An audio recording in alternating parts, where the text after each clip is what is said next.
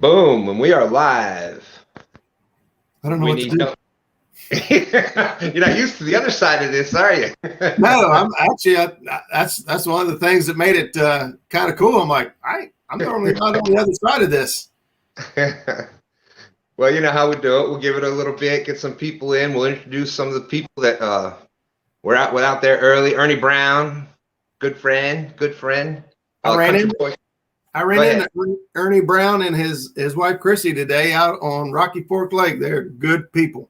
Good people. We hung out and talked about fishing and everything else for a good little bit.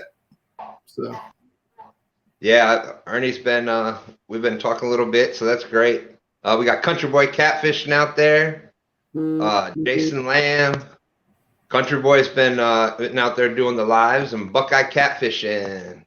Justin, how's it going, Justin? There's Lyle, Panfish Weekly. My brother Creole, Mo Creek. Fishing with Big Mike. Big Mike's been doing the lives out there lately. We got Sampy. Hope you're doing well tonight, Sampy. There you are, just coming in. I hope I didn't miss anybody. We got I think I saw Palmetto. did you get Lyle Panfish Weekly? Lyle Panfish Weekly. I think so, but I kind of get it's Lyle Panfish Weekly's in here. We got Tom with LG Bass, Thomas Littlepage, Alan, Wandering Fisherman, Jason Lamb, Mike Greenwell, bumping Mike Greenwell. And Clearview Outdoors. Clearview Outdoors. Skip Stewart's in the house. He's going to be in the boat with me in the morning. yeah, I got a little privy of that for a minute there. So wish y'all good luck. Good luck tomorrow. Yeah, I got to get up early. Fishing with the Chad. Mike Kaufman's in the house. He's a good buddy. I was messaging him right before the show. He's got him a new reel and rod, and we're just dying to put it to work, make it earn its keep. He's going to be catching some fish this year, I think. Oh, I know it, man. I love talking to him because he's eager and hungry for knowledge and advice. He's very receptive to listening, and he's got a passion growing pretty fast. It's refreshing. I love seeing it.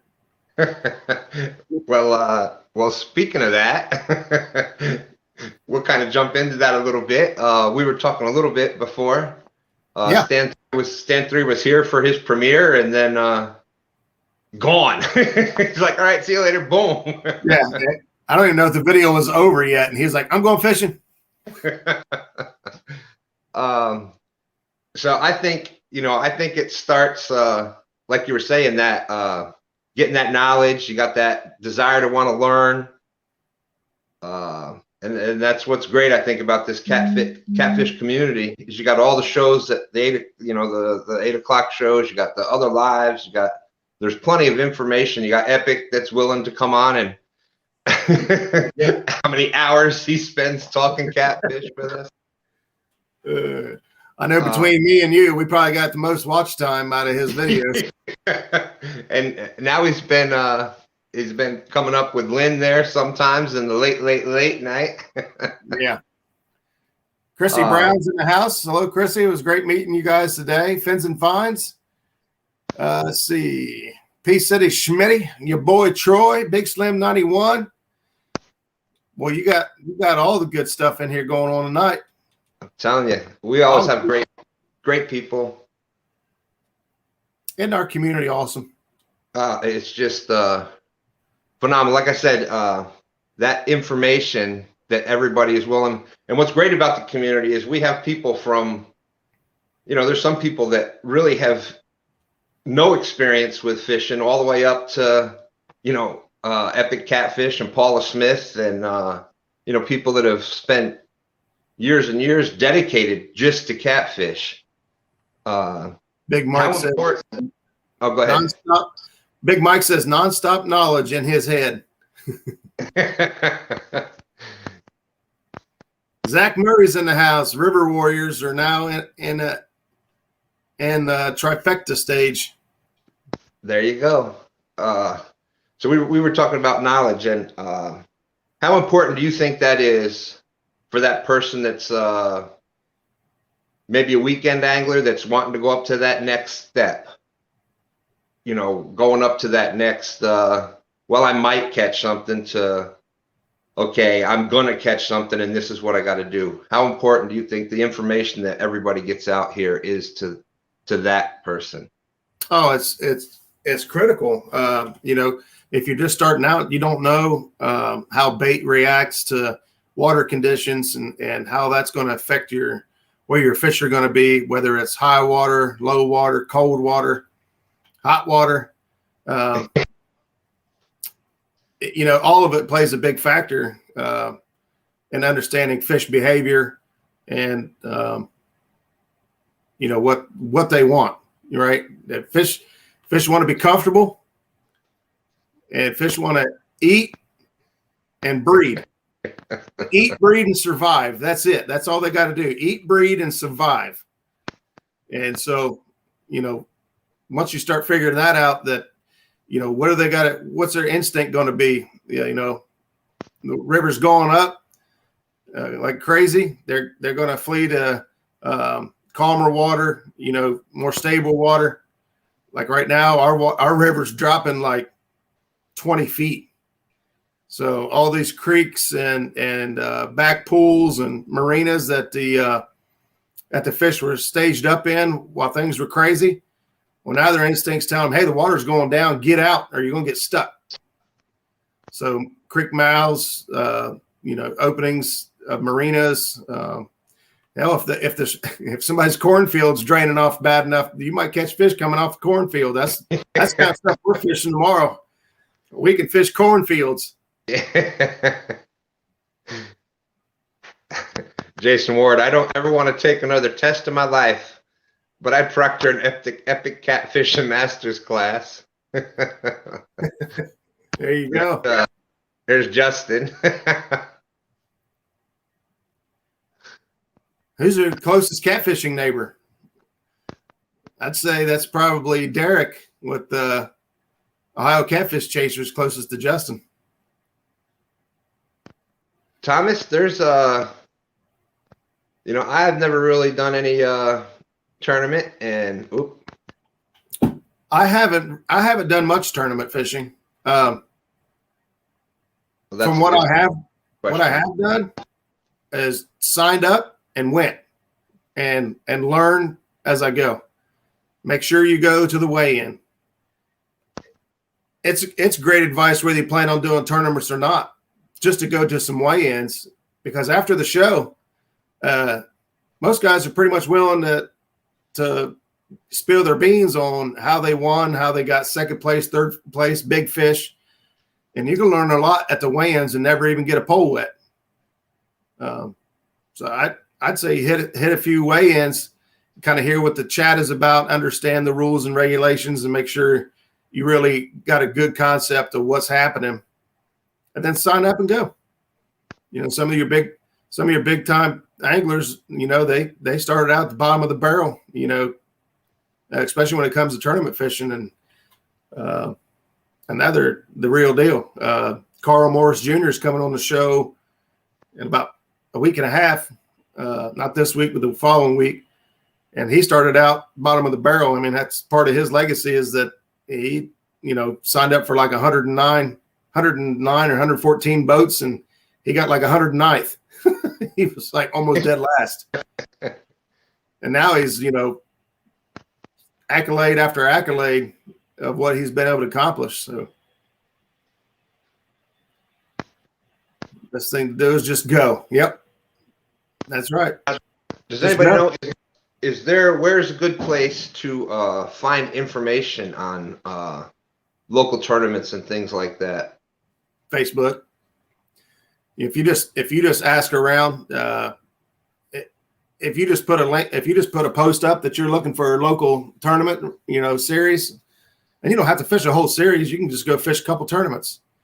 I'm sure people will just, you know, light you up with what's available in your area. You know, it depends on how far you're willing to travel.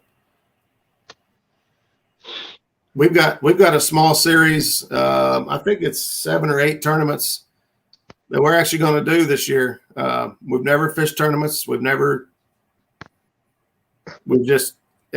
in it to win it. We're in it to learn and to become better anglers.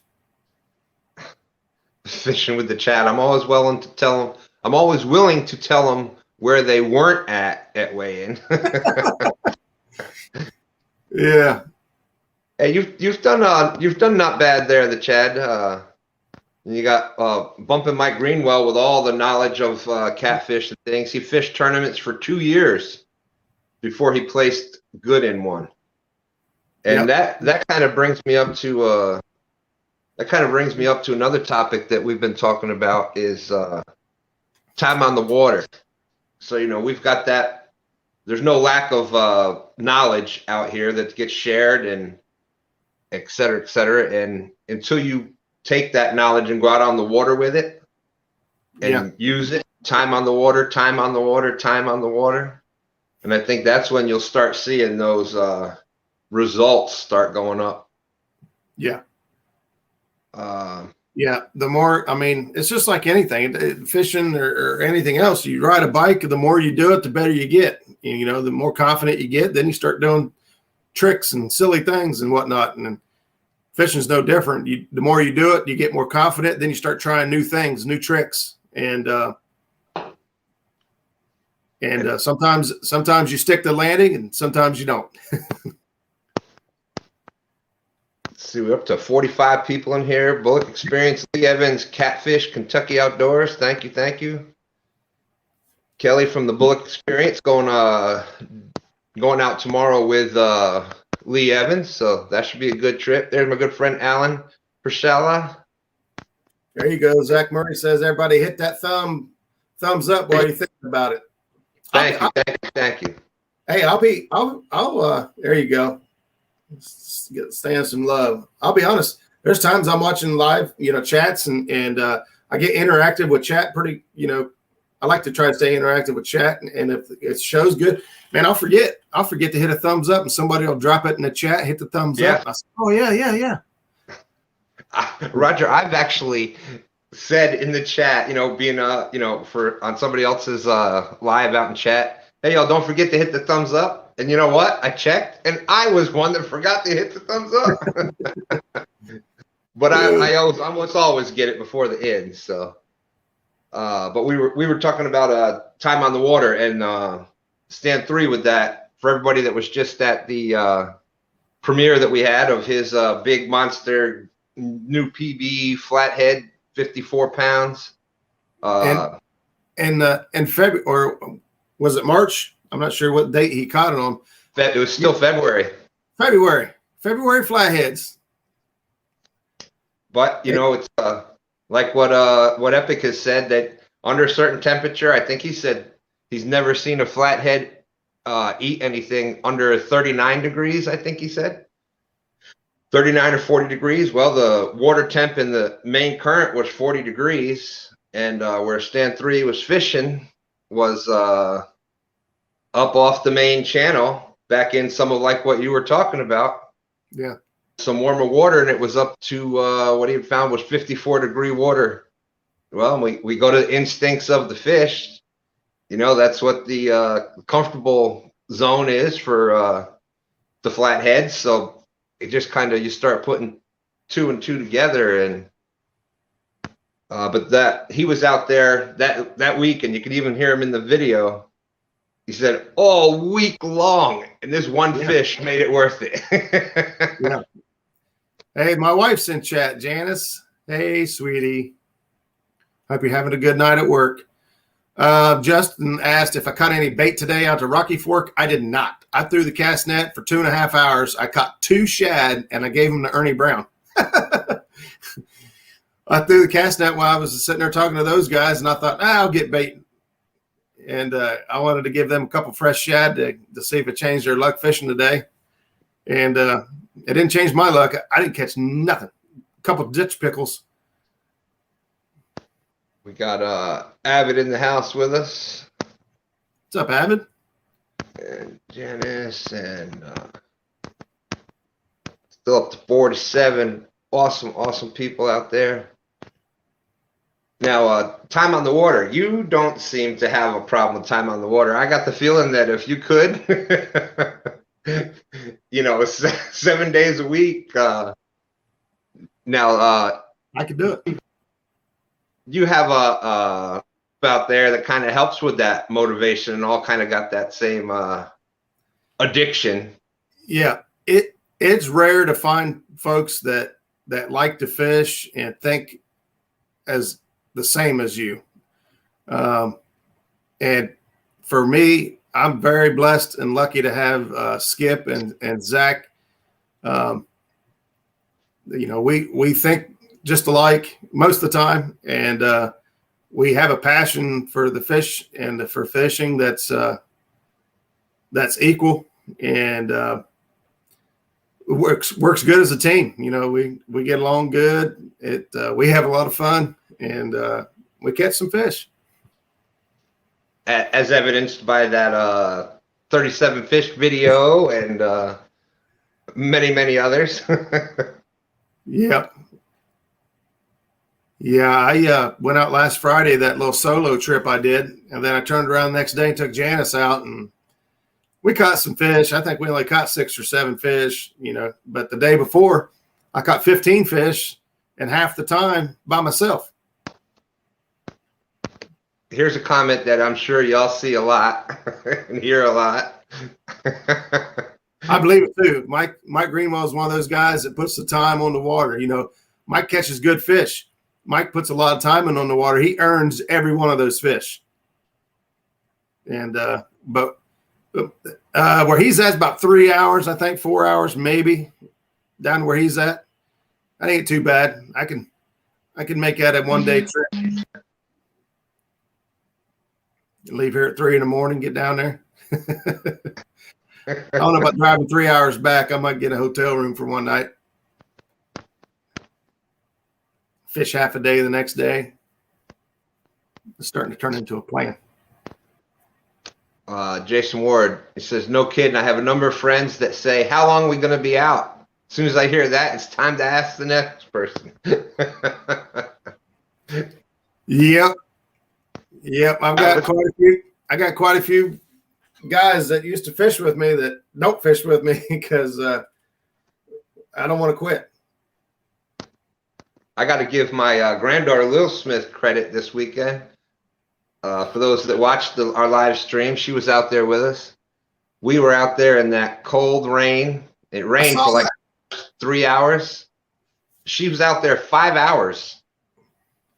5 hours just waiting to get that next big Gary. So you don't find a lot of younger people, especially, that's willing to do that.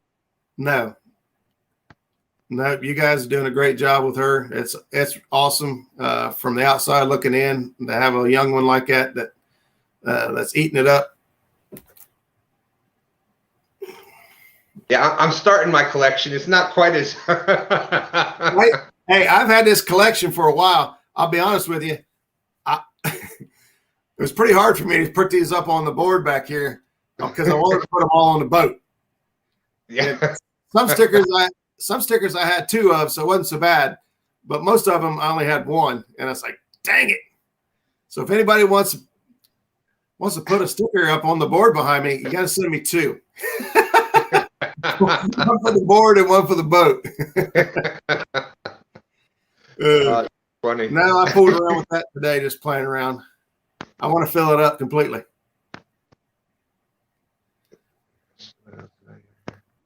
Something I'd seen. Justin said I need to paint my toenails before I go fishing. I'm not sure where Oh my gosh! Well, that was my.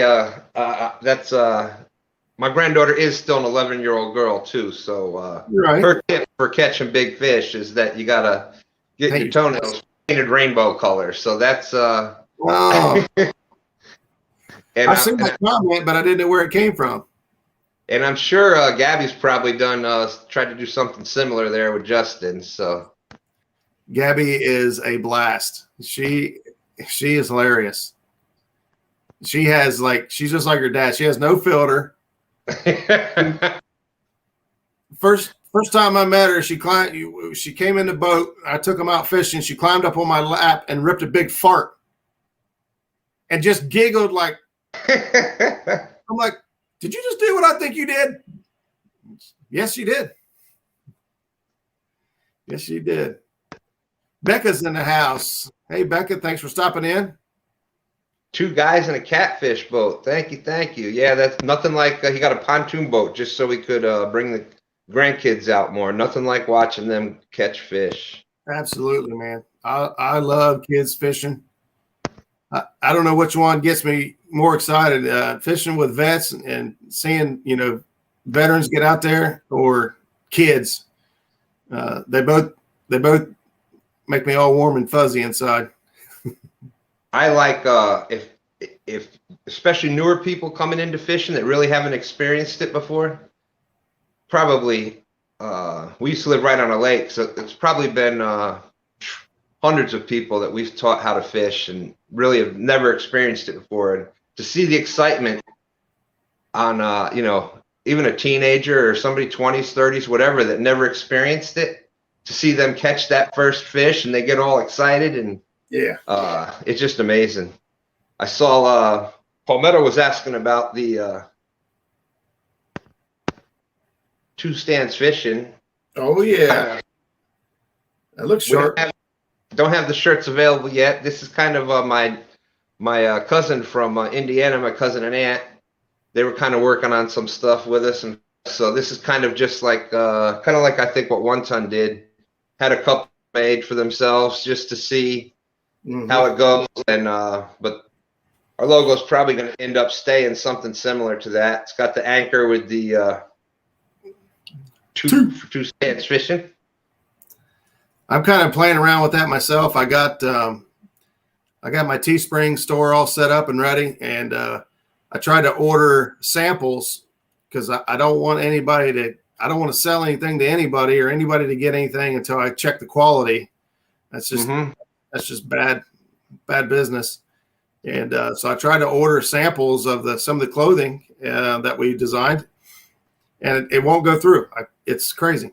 I had to email back and forth today a little bit to try to get an answer on how to get some of this stuff in my hands so I could check it out. So we could start having some fun with that stuff, do some giveaways. It's I'm just Palmetto set up there about asking about the shirt that he'd want to get one, and that's just like you talk about mind blown. 6 months ago, I'm sitting on the couch, knowing nobody here. You know what I mean? And now, if I don't have this shirt on, I got my Lucky Palmetto Cat shirt on that's been featured in just about every single one of our lives and and videos. But to have that come full circle and to have him say he wants one of our shirts, that's just like how the mind. I don't know how to describe it, but appreciate you, Palmetto. Thank you so much for being out there. Palmetto actually was one of the first people that I really was talking to, and just amazing guy. Always willing to help somebody, and it was awesome. So, and now here I am. And we're glad you're here. Looks like Hooks and Hammocks says he's also battling with Teesprings, trying to get his account or whatever lined out, having issues. So I'm glad it's not just me. J-Dog's in the house. Hey, pop up the 2 for J-Dog. He's a good old boy right there. I talk to him on the phone every couple of days, 2 or 3 days probably. Maybe not quite that often. We talked yesterday, so it makes it seem like we get to talk a lot. Hey, and he's on every live, so it feels like it. You really do start to feel like you're talking to, because we all see each other every day. At least once a day on that 8 o'clock show. Yeah. Or the late night show, or Lyle sitting there on Saturday nights at 10 o'clock tying jigs, and Man, I gotta tell you, to be honest. Since he started Panfish Weekly and started tying these jigs, man, I'm wanting to panfish more than normal. I used to be panfish quite a bit, and then I got pretty hard into catfish in the last couple of years. But now I'm like, man, I miss my crappie. I'm going to. That was one of the questions that was one of the questions that I wanted to ask you is, has it always been catfishing for you, or was it just fishing in general? How'd you get started fishing? What did you used to fish for? Yeah. I mean, I've always been pretty hardcore about fishing. It didn't really matter what it was when I was younger, but by the time I turned like 12 or 13, I started catching some catfish, and I've got a goofy picture of myself catching my first flathead, and it probably wasn't 12, 13 pounds. But the smile on my face, it could have been 50, because I was ecstatic. And I didn't even, I'd never caught anything that big, and the fight, I was hooked right then. First flathead pretty much set me in my way. And so I chased catfish, pretty hardcore.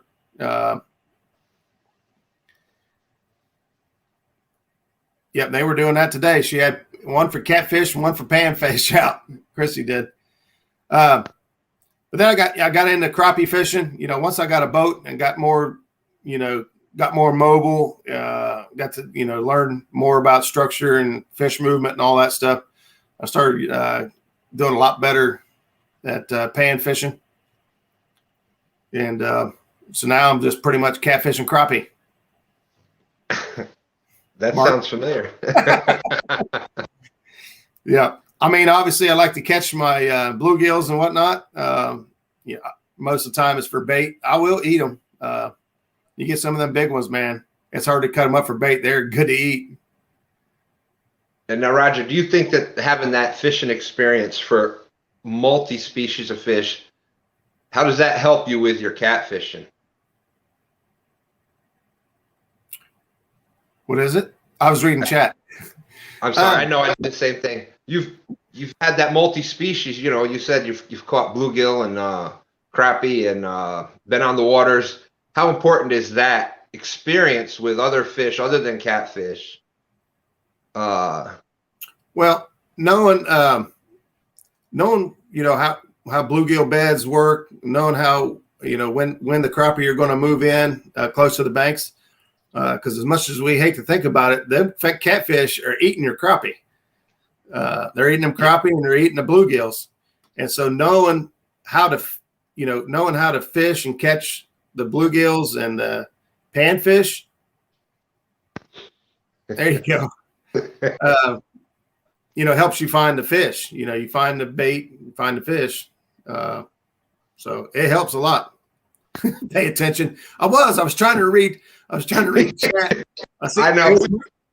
Well, Roger, we had kind of talked about that a little bit, that we both kind of have that same, we're trying to talk and trying to read, and it's hard to focus on 100% on both at the same time. I tell you, when I do my shows on Tuesday night, I don't have a guest, I miss a lot of chat because I get talking, and I like to talk to the camera. I like to talk, and I miss a lot of chat. So here I am trying to keep up with chat, and now I'm missing what the host is saying.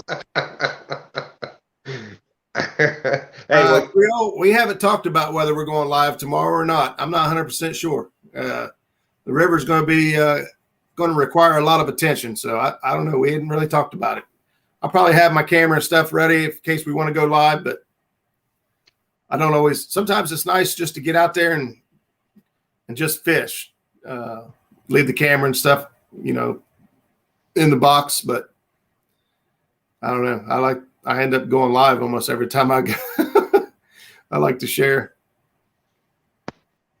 Okay, we got a good question from Thomas Littlepage. If catfish hug the bank when the river floods, where should I fish when the river is in my yard? Well, you might catch fish in your yard. It really went all the way up that bank, up into your yard, Thomas?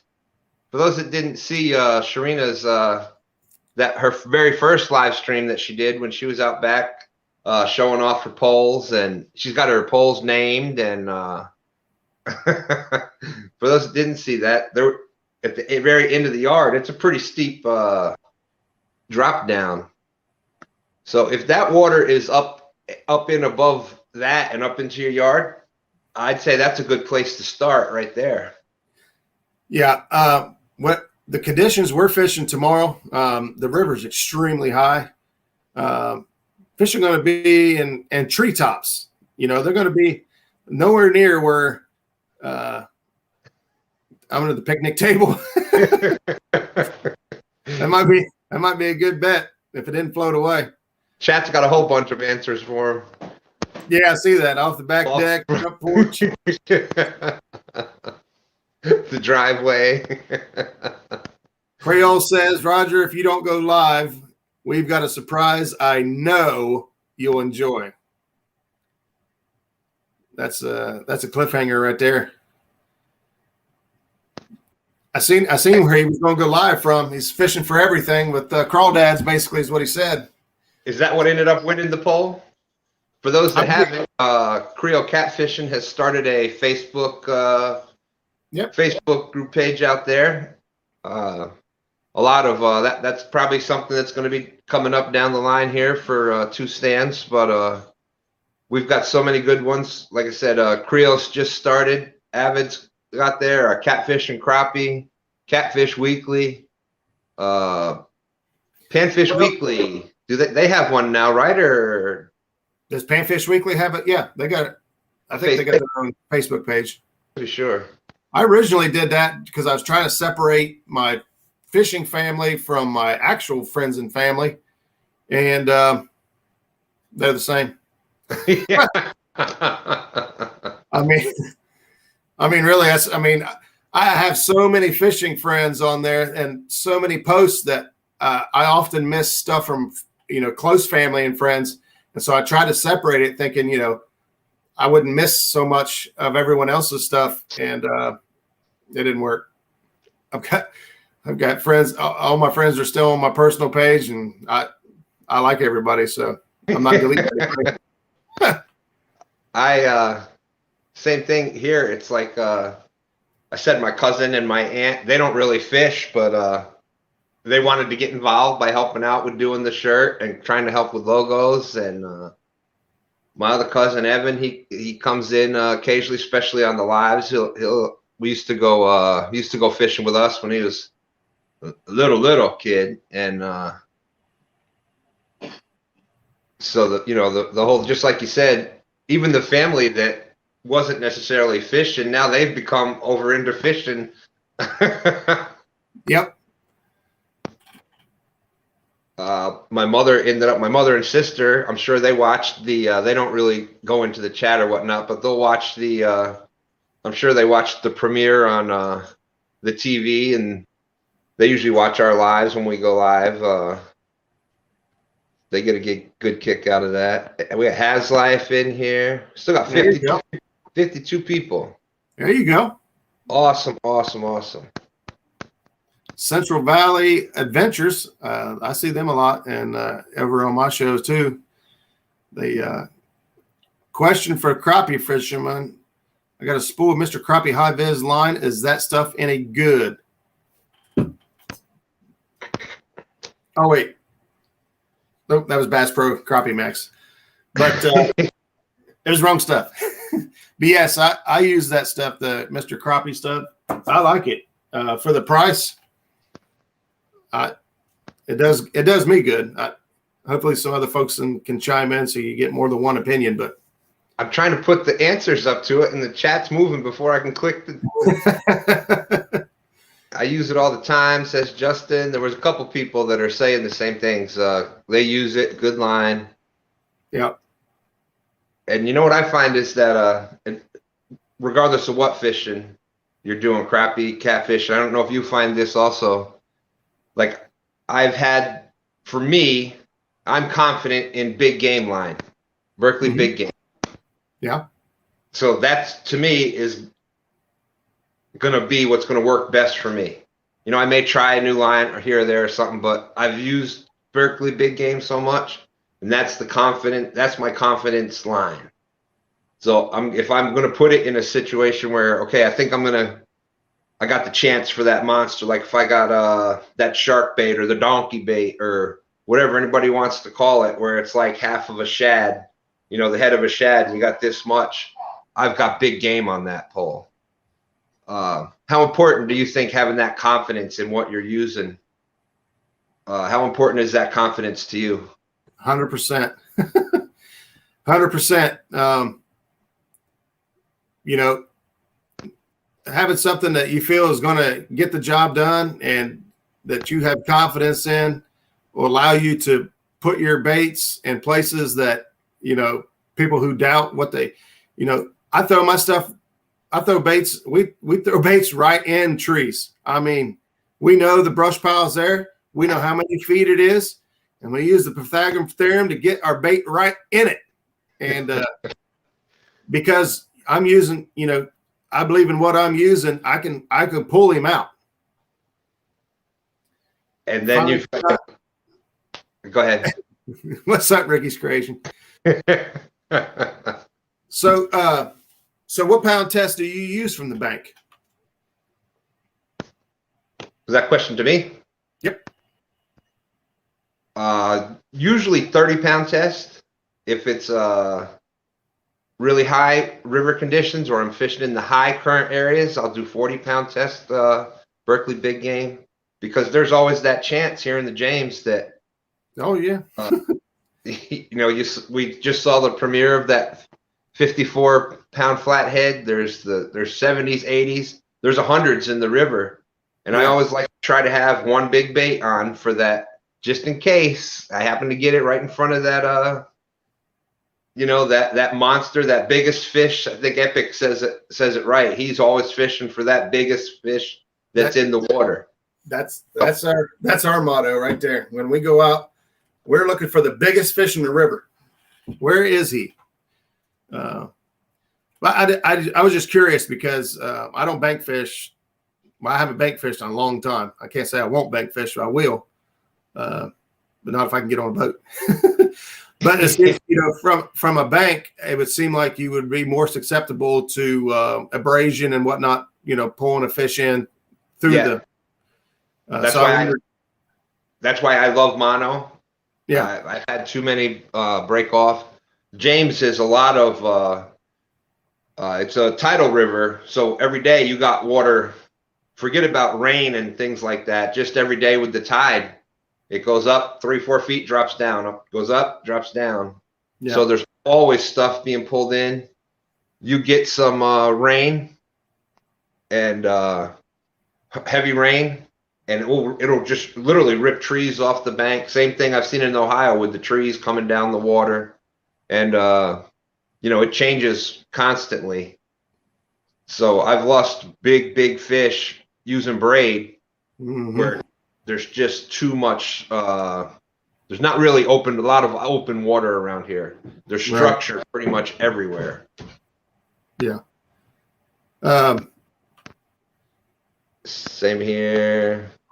Yeah, and it's funny because everybody will have their favorite. Once you get going into this and you really get that addiction and that I got to get that next big one, you tend to start having more confidence in certain things. Switch to Andy Monster. That's what a lot of people I've heard. I run Andy Monster and Slime Line. Those are the two. In my opinion, the Andy Monster is better. I do like the Slime Line though. It's pretty tough. And it's very smooth. I seen Zach put a comment up there, and I just wanted to repeat it because it's very true. You got to be prepared for that big fish. If you don't check your line for nicks and stuff, if you got hung up and you don't check it, or you throw it anyway and it's got a nick in the line, every time I cast, I think, man, if a 60-pounder takes that, am I good? Is that hook sharp enough? Is my line not got any nicks and frays in it? Be prepared to catch a giant fish, because they don't tell you when they're coming. They don't say, hey, today at noon, you're going to catch your PB. And Justin, he was just talking about the Akuma Classic I've got the I've got an Akuma Classics 450 L8, and I love it. It's just a plain nuts and bolts. You flip it open, you flip it closed. It doesn't when the reel turns, it doesn't engage. But I love that one. Yeah, Mike Greenwell. I actually was talking to Justin Connor when he posted that video today. We was thinking about fishing the Kanawha River tomorrow. And that is what that is. That's the water coming through the Kanawha River. That's all heading downstream. And that river's only about, I can't remember what it was, 6 or 8 feet high. So it's not that bad. And it's supposed to come down like 5 feet in the next 24 hours. But we decided to give the Ohio River a shot. We're going out there. Something that I want to point out is, we talk a lot about, hey, when you've been fishing, Lyle gets the fish telling them when they're coming. Yeah. They're sending get on there right now. RSVP. and a +1. Yeah. But when you're watching the shows, we talk about all this knowledge, and we're talking with Epic with breaking it down just to even like science and simple theories and stuff. But on top of that, when you're watching the lives and things, look for what people are doing safety wise. Look for things that, I'll give a good example. Palmetto Cats had that when we were talking about checking for abrasion and things like that. I'm sure a lot of us remember that video where he even said it. You can see it in the video where he found the little nick, but wasn't going to be fishing for that much longer and threw it back out anyhow. Well, guess what? The monster hit. Of course, that's the one it hit. Mm-hmm. So, all those things are the things that you can pick up from watching the other lives and things. Yeah. All that type of stuff is very important. And if you watch the most successful people, they're the ones that everything is kind of like a checklist. Like, in the military, everything was a checklist. And after you do that long enough, it's almost like automatic. You don't even know that you're doing it. You're checking your line, you're checking for abrasions, you're checking your knots, and you may not even think to say that kind of stuff. But if you see somebody doing that all the time, look for those type of things, because that's some of the important stuff that you don't think of saying it when you're out there doing it. Right. Yeah. And that's kind of a bad habit of mine too, is a lot of times I'll go through the process of, throwing rods out or cutting bait up and things like that. And I forget that, some folks are experienced with that, and they'd like to see it. And so I've got to try to, teach myself to share more of the technical stuff about what we do. That way, for the folks that are interested in it, they can take something away, hopefully. And for the people that's done it forever, there may be something new that they've learned that a different way to cut up a shad, or a different, little. There's always something to learn. The way we've been cutting these big shad, I love it. I cut the gut out like if you look back at the old Steve Douglas videos on him skipjack, and he'll cut right behind the head down to the spine, and then run the spine all the way down to the tail, and just get rid of the gut pocket. And then he's got that, the backbone piece, and he just chunks it up. Well, on these big shad that we're catching, that's what I'm doing.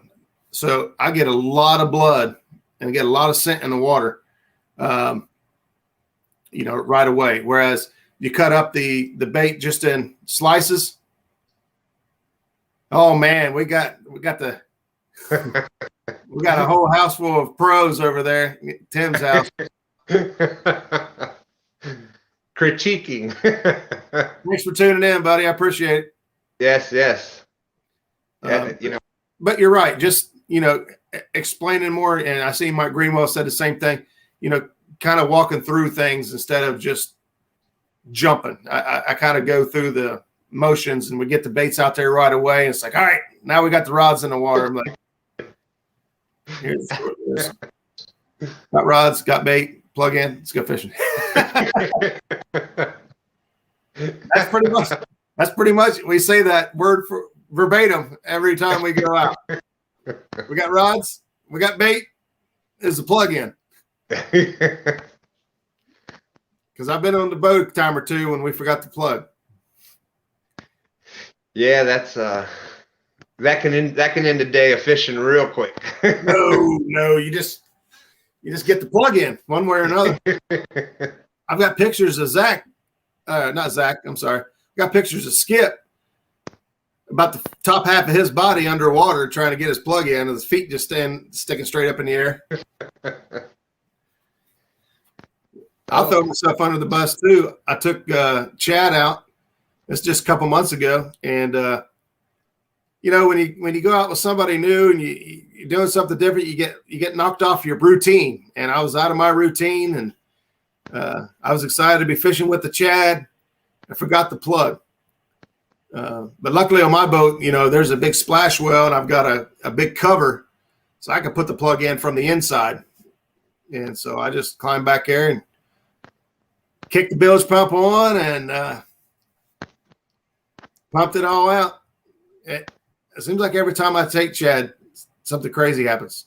That would not shock me at all, because I can see Chad has just got this. I can see him just getting you off the game. We'll just, and I mean that in a good way. I don't mean that as a bad thing. No, Chad's good.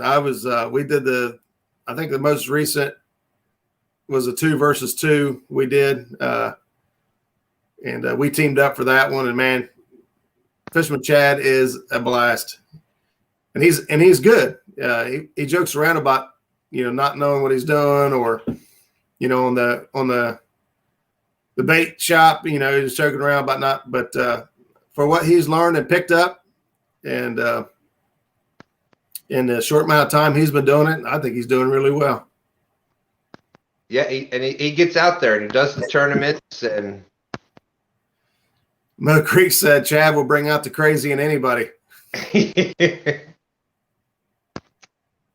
There was a good tip from Mike Greenwell up there. I have pre-tied rigs. If I feel the slightest nick, I just change it out. Yep, I've got rigs everywhere. I've got pre-tied rigs all over the place. I do the same thing. Especially on leader line, leader's going to get hit first usually. If that leader, I'm constantly checking my hook to see if, unfortunately there's some hooks out there that they have a very, very sharp tip. Unfortunately, as soon as they hit a rock, they're done, and so I'm always checking if that hook goes dull or gets bent or frayed in any way, it's gone. I use that quick clip, snap that rig off, and snap another rig on, and get back to fishing.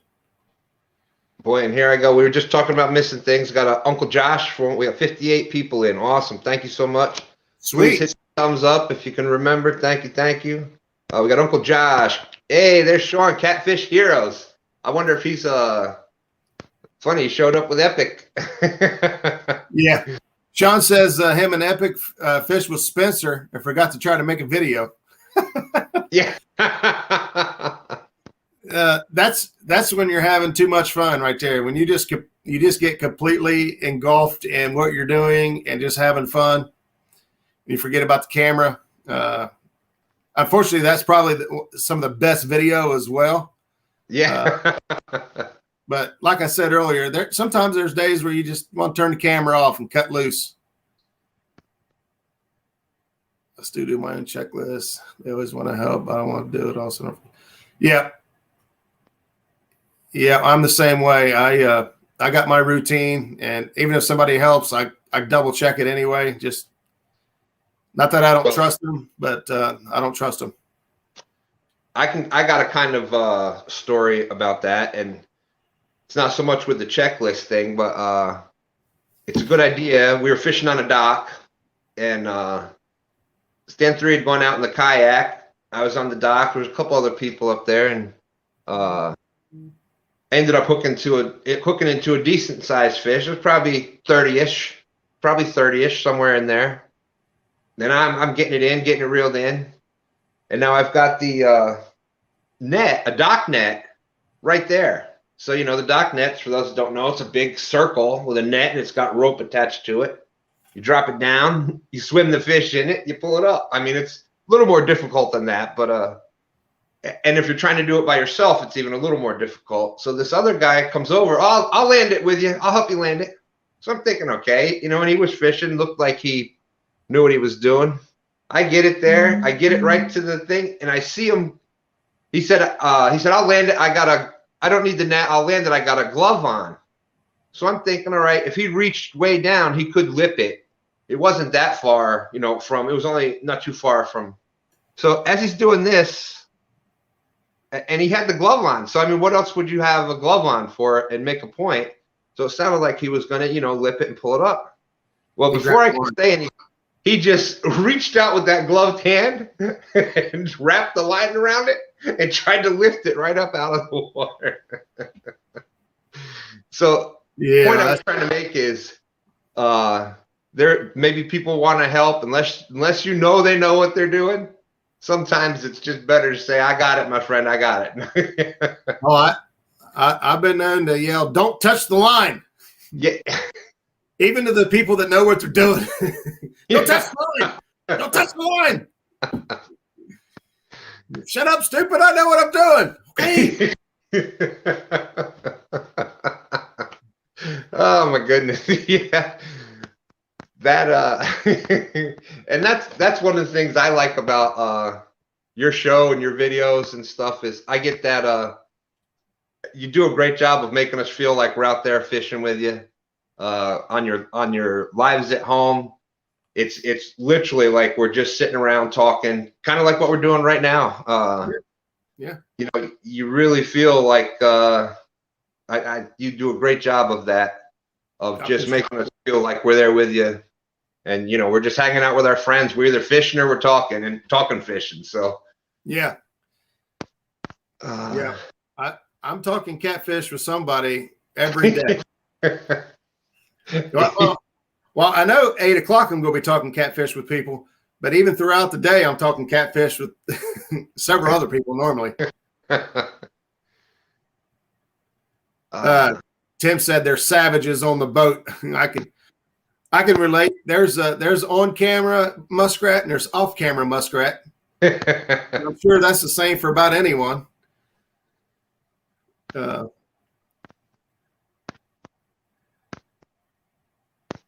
right, Creel, have a good night. We'll see you later. Stephen Corley came in. Still 55 wonderful people in. Some people just stupid to fish. Yeah. It takes all kinds. All right, somebody's got to remind Bumpin' Mike there tomorrow to tell the story about the depth finder riding on the front of the boat all the way home on his show tomorrow night. Bumpin' Mike Greenwell Fishing. Yeah, he's got Mark Blauvelt coming on the show. I had Mark on a while back, and I've got a couple of videos of his seminars. Guys, if you don't know who that is, get your questions ready, because Mark is a very accomplished angler. Fishes lakes, fishes rivers. Actually, he prefers lakes. So a lot of lake guys that have questions about lake fishing. A lot of new folks to the community since I had him on the show last. So great job, Mike, for getting him picked up. I was just about to get him back on my show. I'm not sure if I said, but hello, D. Hello, Miss D. Can't forget D being out there. Hello, D. Fish and Chicks in the house. Kevin's in the house. If you said hi to Kevin or not. Yep. Pretty sure I did. Hello, Kevin. And we got 1 Ton Fishing Club. That's Art. We've had Art and Josh 1 Ton, my Virginia brothers. Thank you for coming in. Yeah, they always have a lot of fun. The 1 Tonners there. Oh yeah. Fishing Chick. She's another one. This is what we were talking about before with people just she's out there it seems like if you come into this group and either you just are, bam, I'm in, and you'll see the same people supporting everybody, wanting to know that next level, asking questions.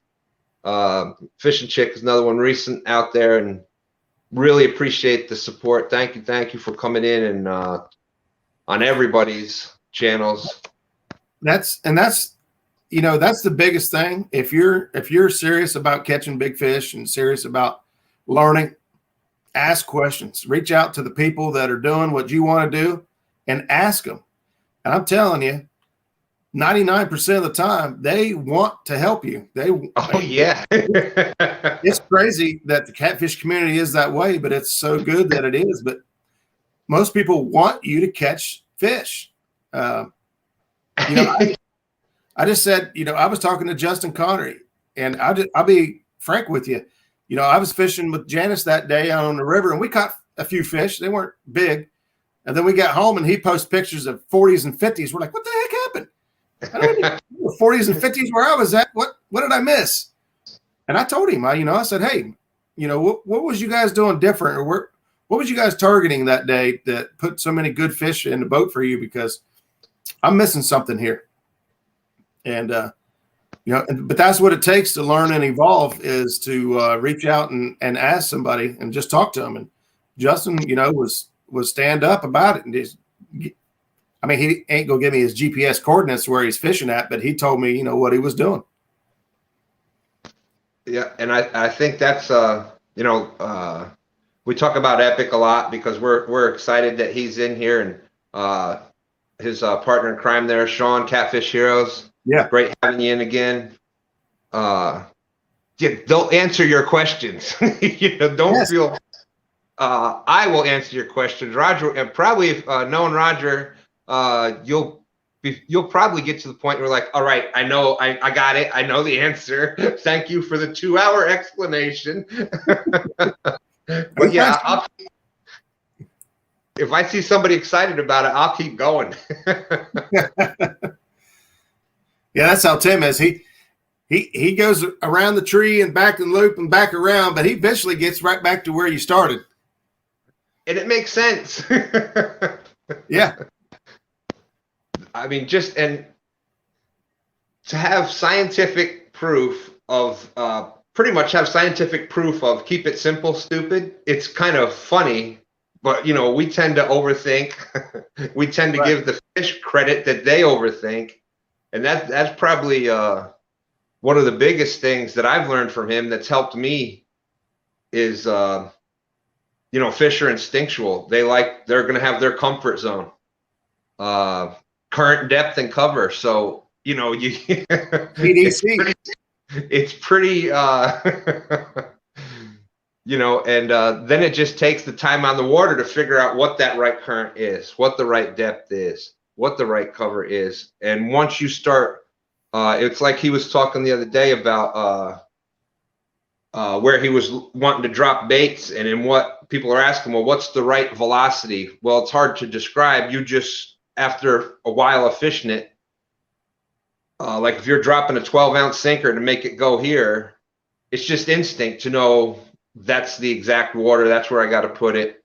It's just instinct to know that, okay, this is the way the water looks. This is the speed it's going when I catch big fish. So, and he said, it's just kind of after a while, you just pick that up, that you don't even think about it anymore. You just know that that's what the right water looks like for the time of year, for the fish you're fishing for. So, I think Dale asked me, what was it that he was doing differently than I was doing that day? And here's where confidence comes in effect. He tried fishing wood, fish weren't there. He tried fishing rocks, fish weren't there. Then he went and found current seams, boom, that's where the fish were. So he fished wood, but for how long? He didn't fish it all day. He fished it, and he had confidence that, hey, if they're there, I'm going to catch them. But they weren't. So he went on the rocks, and he said, okay, if they're here, I'm going to catch them. But they weren't. So instead of wasting half a day on rocks, he moved to something else. He went to current seams. And he said, hey, here they are. I'm going to catch them. And so that's where confidence, comes in a big factor, is how much time you're willing to waste or gain on a spot or on a tactic before you jump to something else. If you have no confidence in what you're doing, you just keep changing stuff all day, and you never know if you get the right combination. That's a good point. Really good point. And then, it goes back to the current depth structure cover, Yep.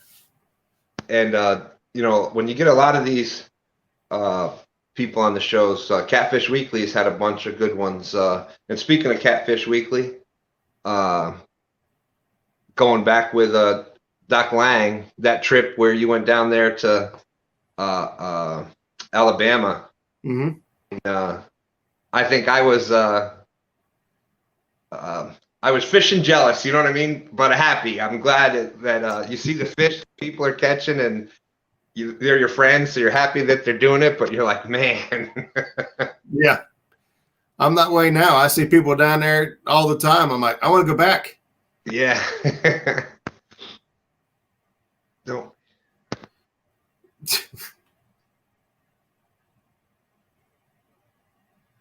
There you go. That's great. That's great advice, Sean. You just gotta, you don't try to just stick it out and wait them out. If they're actively feeding, you'll know. Even through the wintertime, most guys,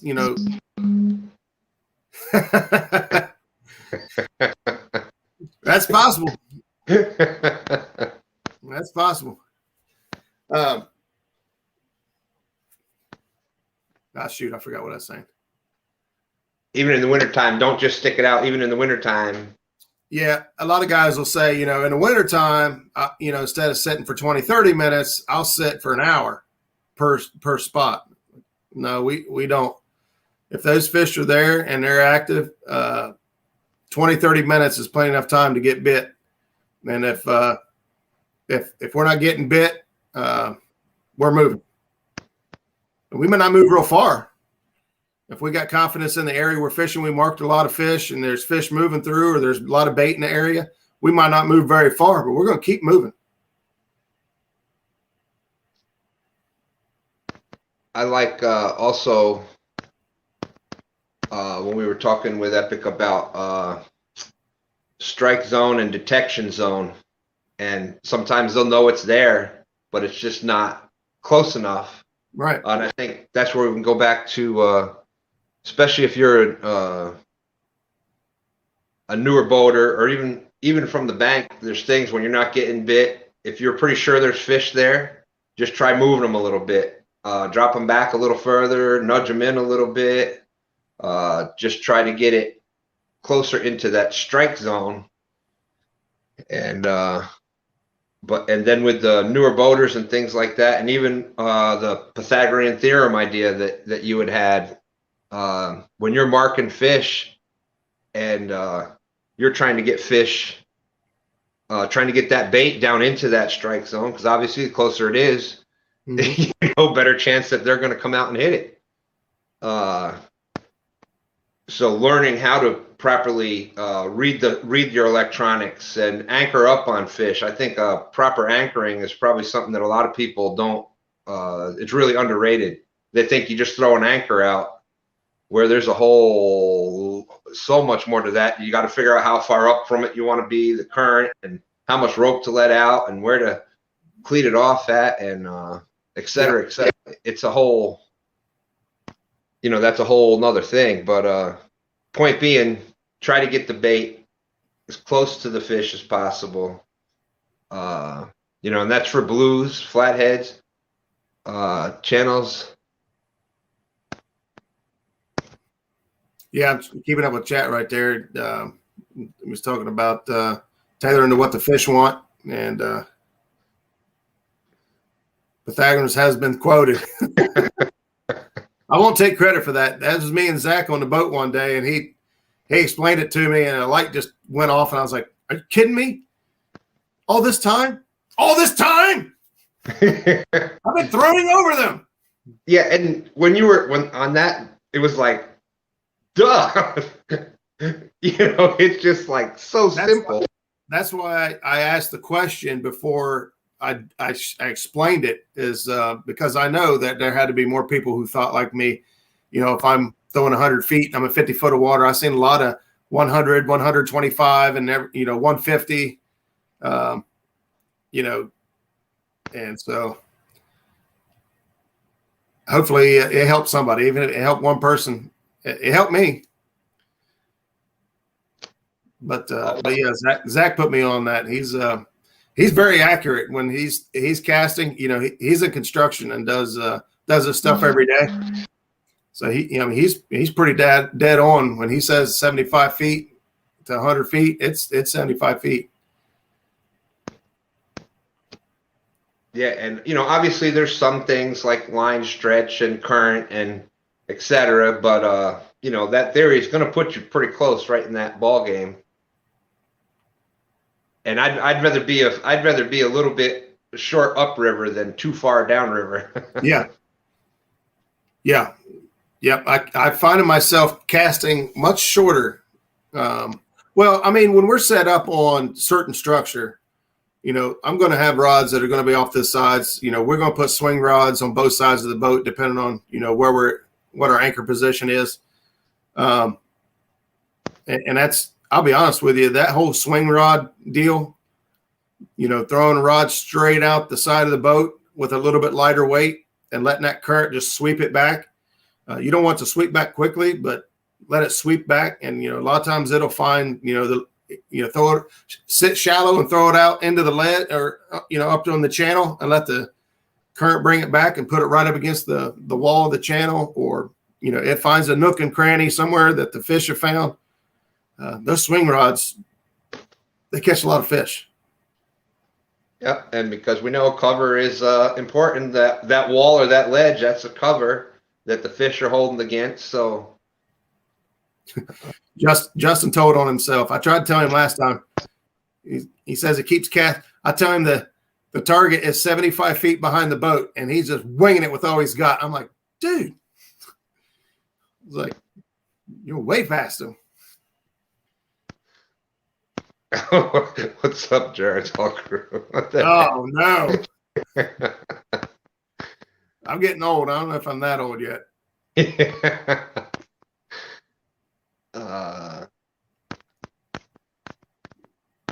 Dan's in the house. Dan's creation.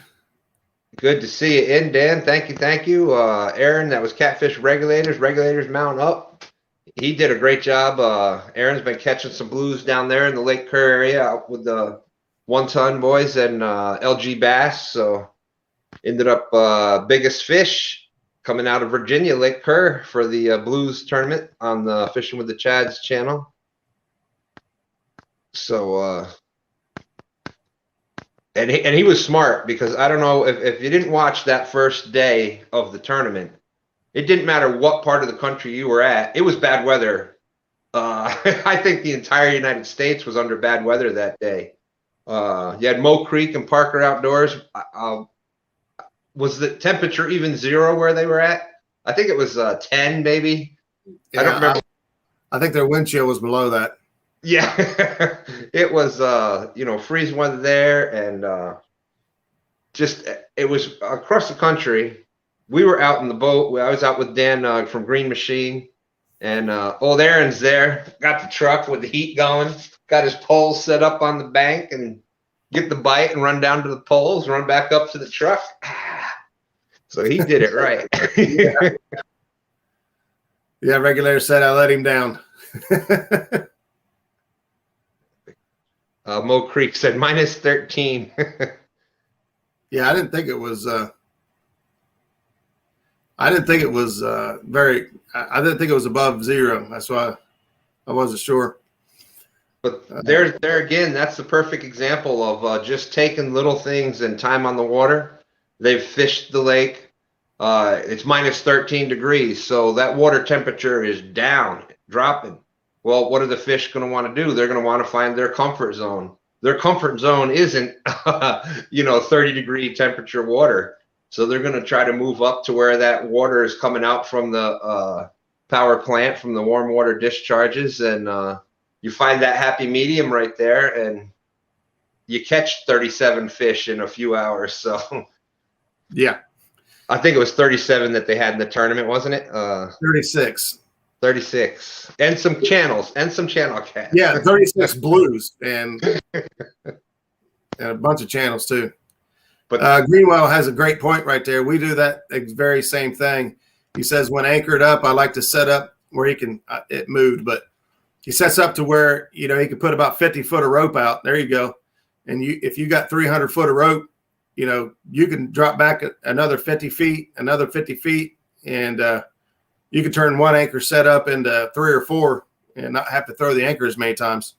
There you go, especially in water that is productive, that the fish should be in. Yeah, that's an awesome tip right there.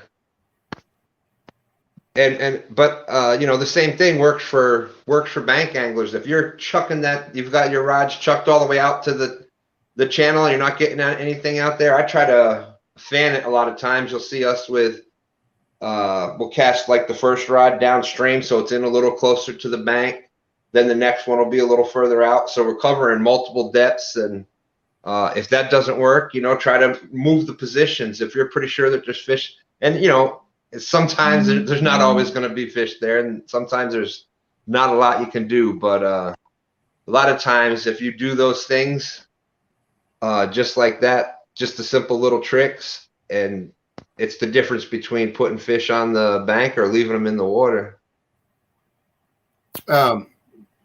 Yeah, and that's where you talk about confidence. You guys don't get it to go out and run your sonar over top the fish and say, yeah, there are fish down there. I'm going to catch them, or I'm going to try to catch them. Yeah, Zach Murray just picked up. That is very good anchor rope that he picked up for $39. It's perfect. It's a perfect diameter, especially if you run an anchor ball. And I suggest anybody who fishes the river run an anchor ball and buoy, or anchor buoy ball and the clevis to retrieve it. It'll save your back, and it can save your life. And I've said it before, but if you're doing a kayak, I highly recommend. Stan 3 does it in the kayak, and he's had to drop that a couple times. Just get rid of the anchor and move. Yep. I've had to do it. I think I've only had to do it once, and it was with Chad. You believe it? We had a barge driver come in, and he was just being a turd, man. We were nowhere near the dam. I mean, we were so far down. He was just being a jerk. And he swung wide, and when he got that rear end right in front of us, he just laid on it and blew us off anchor. Which I just threw the anchor over. I mean, we was on anchor, and the rope was tied up. I just threw all the rope in the water and just got out of the way. And when he was out of the way and it was safe to retrieve it, we just went back on in and got our anchor back and went on fishing. Well, we got a new name out there, 270 Joe. Thank you for coming in. I don't believe I've seen you in the chats and stuff before, so welcome. Justin, I'll get that for you. I don't know if you saw this comment before or not, Roger, but heck yeah. Appreciate that, buddy. That means a lot. It means a lot coming from you. Yeah. More than you will know. Thomas asked, what's the advantage of using long anchor rope? Thomas, it has all to do with the pitch. If you think about your anchor going down in the water, and if your boat's sitting directly above it, the pitch isn't enough for them tines to dig into the bottom. The more you lay that down and try to drag it, the more it's going to dig in and hold, better it's going to hold your boat and hold your position. So, we're usually putting out 100 foot of rope and 30 foot of water. On average, we're 3 times the depth. But there are times if you got high current that might not be enough, and you gotta let out more. So having 200 to 300 foot of rope is is worth having. You know, you don't have to buy the big donkey rope. Like I got a good deal on, you know, somebody was selling some brand new rope, and you could pull the truck to the river if you had to with this stuff. But it don't have to be that thick. But, you know, I would say 150 is the minimum I would put on the boat. 300 wouldn't bother me at all.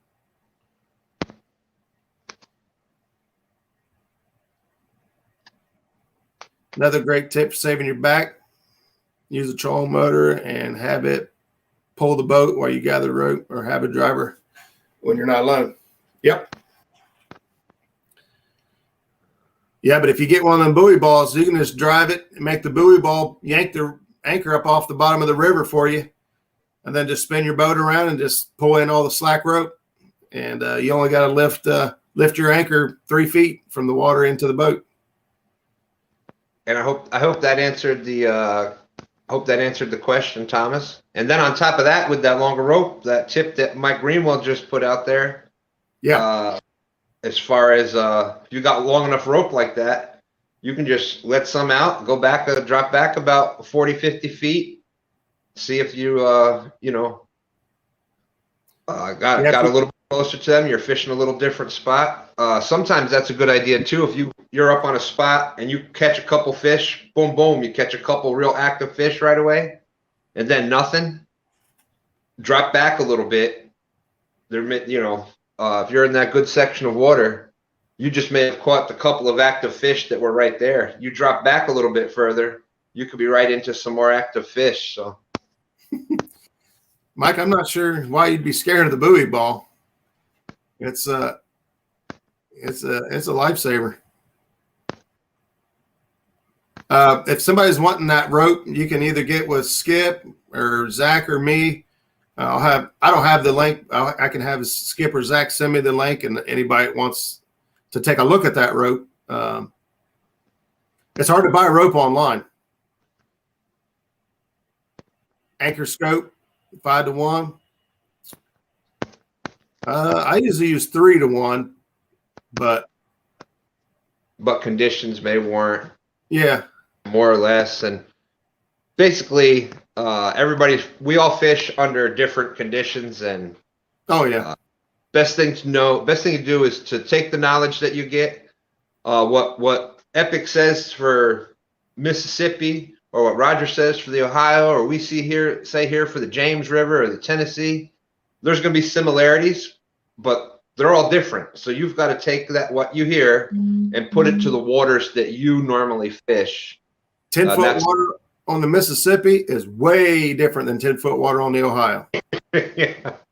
That's a fact, Jack. Which is different than the 10 feet of water in the James. And even in the James, it's different in different sections of the river. 10 feet of water in a certain spot is totally different than 10 foot of water further downriver and in other spots.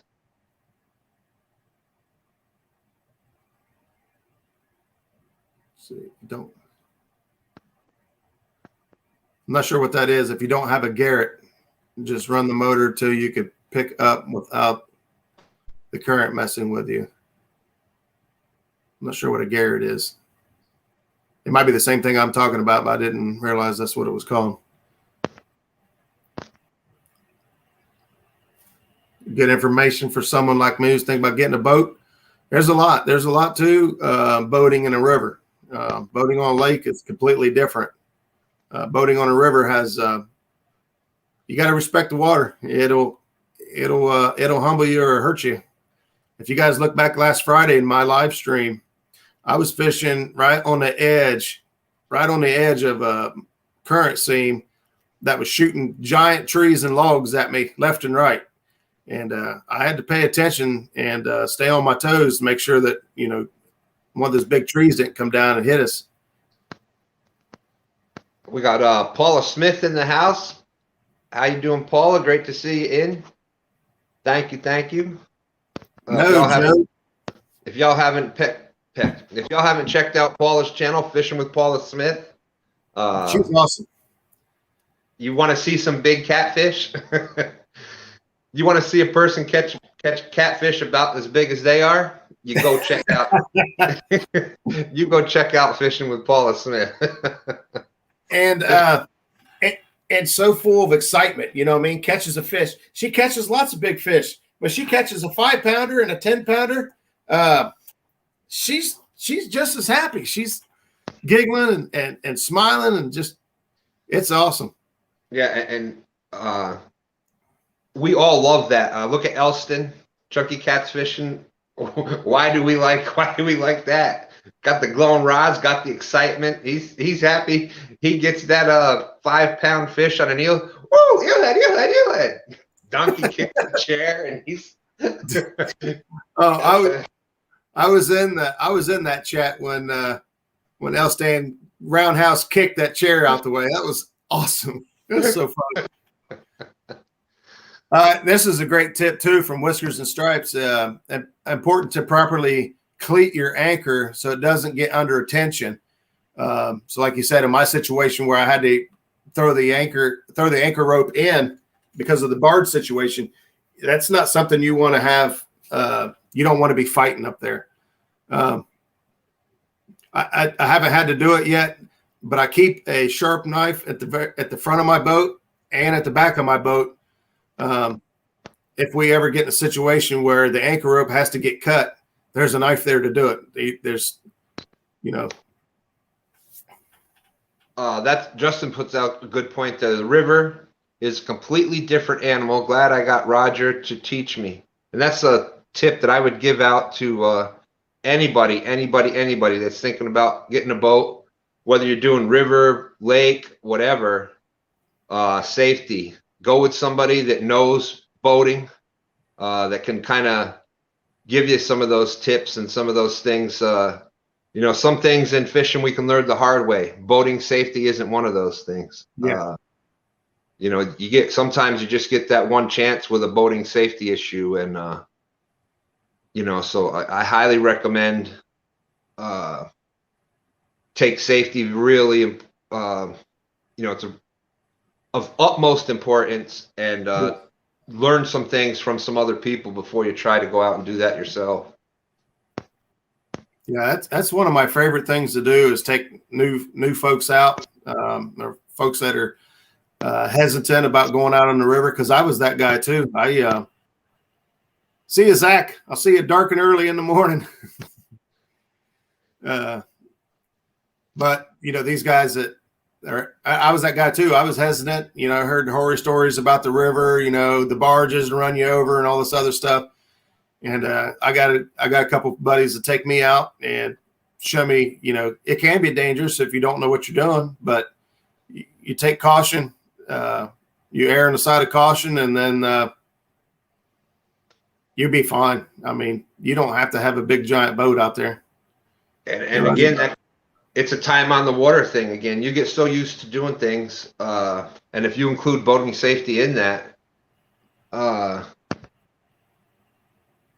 it'll just become second nature with you with that also. So big rivers intimidate me. I'm mainly a lake guy. Yeah. If somebody takes you out and kind of teaches you what to know about the river, you'd be surprised how quickly you change that. Mike Kaufman, I get my Bubba blades at Bass Pro. The one I get is the $39 one. I don't know why it's only $39. That's the one I like the most, but I get mine at Bass Pro or something like that.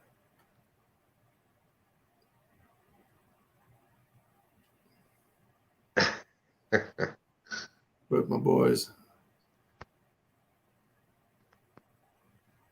Catfish regulars. Epic is going to start fishing lakes his next 30 years. I doubt it. I don't think the Epic could give up the Mississippi. I don't see that happening in his future. Yeah, Paul and Peel and Drag's got a tournament tomorrow. She says she'll be on the Cumberland River. Very strong current. Well, you be careful, first of all, Paula, but you've got experience. I'm sure you guys will be nailing the slack waters and current seams and all that stuff, all the eddies you could find. And speaking of Paula Smith, she says it a lot as far as she learned to drive the boat and back the boat up and haul the boat and everything that needs to be done to bring a boat out fishing. She learned to do it, and that's if you go out with other people, if you have people in your boat, you never know what's going to happen to you. Make sure they know how to drive your boat. Make sure they know how to get it out of the water. Make sure make sure that you teach them the same things that sorry about that. You're good. And Buckeye has a good comment there, and I know exactly what he's talking about because I've been there. Daytime on the river ain't that bad. Nighttime's a different story. You get lit up by a barge that you didn't even know was there. It'll scare the shit out of you. Real quick. The spotlights they have on those barges, you could feel the heat off the back of your neck when they turn them on. I mean, I don't know how many lumens that thing is, but it is tough. We were out with Skin and Scales back in December, I think it was, early December. It's in the videos there, one of the lives. But we were out, and this barge, they know what they're doing. This guy came, I mean, we could pretty much have touched the pole out to it, and but it worked out fine. But if you're not used to that, man, that kind of it'll make you fucker up a little bit. That's for sure. Yeah, it's unbelievable how quiet the barges are when they're pushing 5-6 deep. That first barge before that tug ever reaches to you, it's unbelievable how quiet they can be, and you not even know it was there until the motor gets next to you. I know we got a lot of bank people, but if you're testing a new boat, you're having engine issues, or just wanted to play it safe, when you leave the ramp, head into the wind on a lake or up current in a river. So yes, in case the motor does go or things like that, you always have a way to come back to the. Yeah, go ahead. I found myself doing that lately just because I've been having engine troubles, and I'm not got 100% confidence in my motor. I've been running upriver instead of downriver in case something does happen. Now my boat, I got a kicker motor and a very good trolling motor, so I'll get back eventually. But that's it. But that's great advice. And Skip from Clearview Outdoors, he's confident now, but still respectful of the river. Yeah, I seen his comment earlier. I appreciate that, Skip. It's one of my favorite things to do is take people out and get them introduced to the river and show them just how great it can be. And then obviously you got to respect the river, or you find yourself in a bad situation. Here's a good question from Thomas Littlepage. Roger, what is your most memorable fishing trip? Most memorable. Man, I got so many. I do. I got so many. But right now, it's funny just because maybe it's because it showed up today as my memory. But the guy who basically introduced me to the river was my buddy Herb Everhart. Last March, on, I think it's today's anniversary, and maybe off a day or two. You know how Facebook is, but I believe it was today's anniversary last year. I picked up my buddy Herb, and I said, "Man, what are we going to do today?" He said, "I'm catching a PB. I'm catching a PB today, and we ain't leaving till it happens." And I don't know. And we got out there, and he caught his PB. Then while that fish was in the boat, he caught another PB. And while that fish was still in the boat, 2 fish on the floor, he caught another PB. He broke his PB 3 times in a row. It turned out to be a great video. It's a little long because it's an every PB video of mine's going to be a long video because I want that person to be able to watch it and experience it and relive it as many times as their heart desires. But that catching those 3 fish and just the reaction and how happy he was, and just, that to me, that's a epic day on the Ohio River. 3 40-pounders in the boat at the same time. That's that's good. That's good, but because it was him, and because he called it that day, and because he wanted it so bad, and man, he was so excited. That's what makes it all worth it. Well, it couldn't be fishing with me. Paula, I'm coming. I'm coming down. I'm coming down. You tell me when. There, man. Yeah, I think that'll be a lot of fun. I look forward to hopefully doing that. I'd love to have Little Smith go down and fish with her, with Paula. That would be awesome. She's, like I said, she's got that same type of desire to be landing some fish. So that would be an awesome day there. Yeah.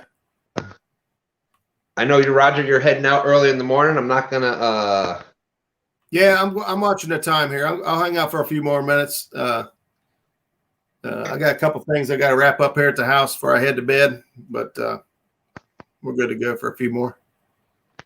Got fishing with the Mid-South coming in. We still got 48 people that just got down. First time under 50, so that's awesome. That's good stuff. That's awesome, Justin. Justin says his most memorable trip was when Gabby reeled in her first flathead, and that was with me on the river. I love that picture. I still use that picture and little slideshows and whatnot. Fishing with Paula Smith. I'm going to catch big fish tomorrow. Flatheads are awake. Yeah. Yeah, we were debating on where to go fishing tomorrow, and that Kanawha River, man, it always seems to run a couple degrees warmer than the Ohio, and it's got more favorable current in most of the time. And man, you can catch flatheads in there all year long. It doesn't matter. It's an odd place, but you can catch flatheads all through the winter, even in there. I see Sean, Catfish Heroes, was leaving. Probably gone already, but in case, have a good night. Appreciate you coming in. Yeah, I think as this weather starts getting good, that's going to be everybody going to get out.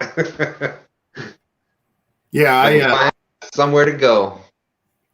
My ignition switch and my starter solenoid showed up today in the mail, so I'll get those put in, and the river should be calming back down and getting halfway decent again. So ready to get back out.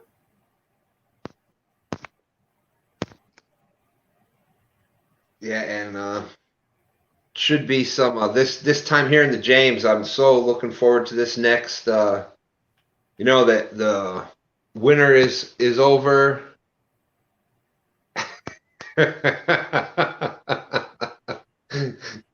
What I miss?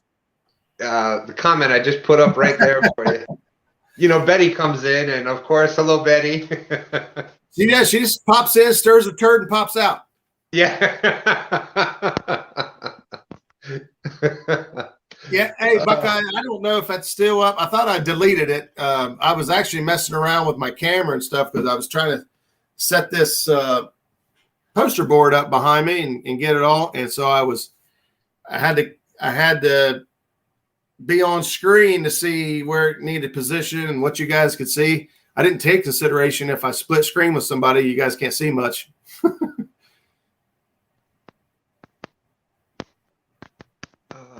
see. The boy Troy says he's praying so because he's tired of not fishing. Well, I'm hoping to get right back at it. There was another one.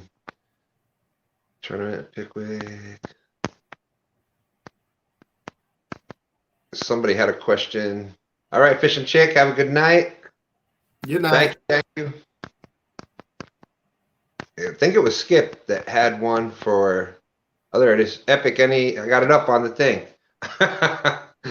Epic, any tips on the high water we are going to tackle in the morning? Epic, I know you said you had guests. I don't know what you're going on. If you want me to send you the link, I don't know how much longer we're going to be on, but yeah, especially if you bring them on. Yeah, that is a good question. Yeah, it's one of the things that, we don't battle this kind of current very often. Obviously we're going to be looking for eddies. In our experience, fish are going to be on the bank, in the trees, creek mouths, things like that is ideally what we're going to end up targeting as the water is dropping fast. So, yeah, and I'm thinking we're going to fish a section of the river that usually does pretty good with when the current is up, which obviously with all this rain, the water is flying right now.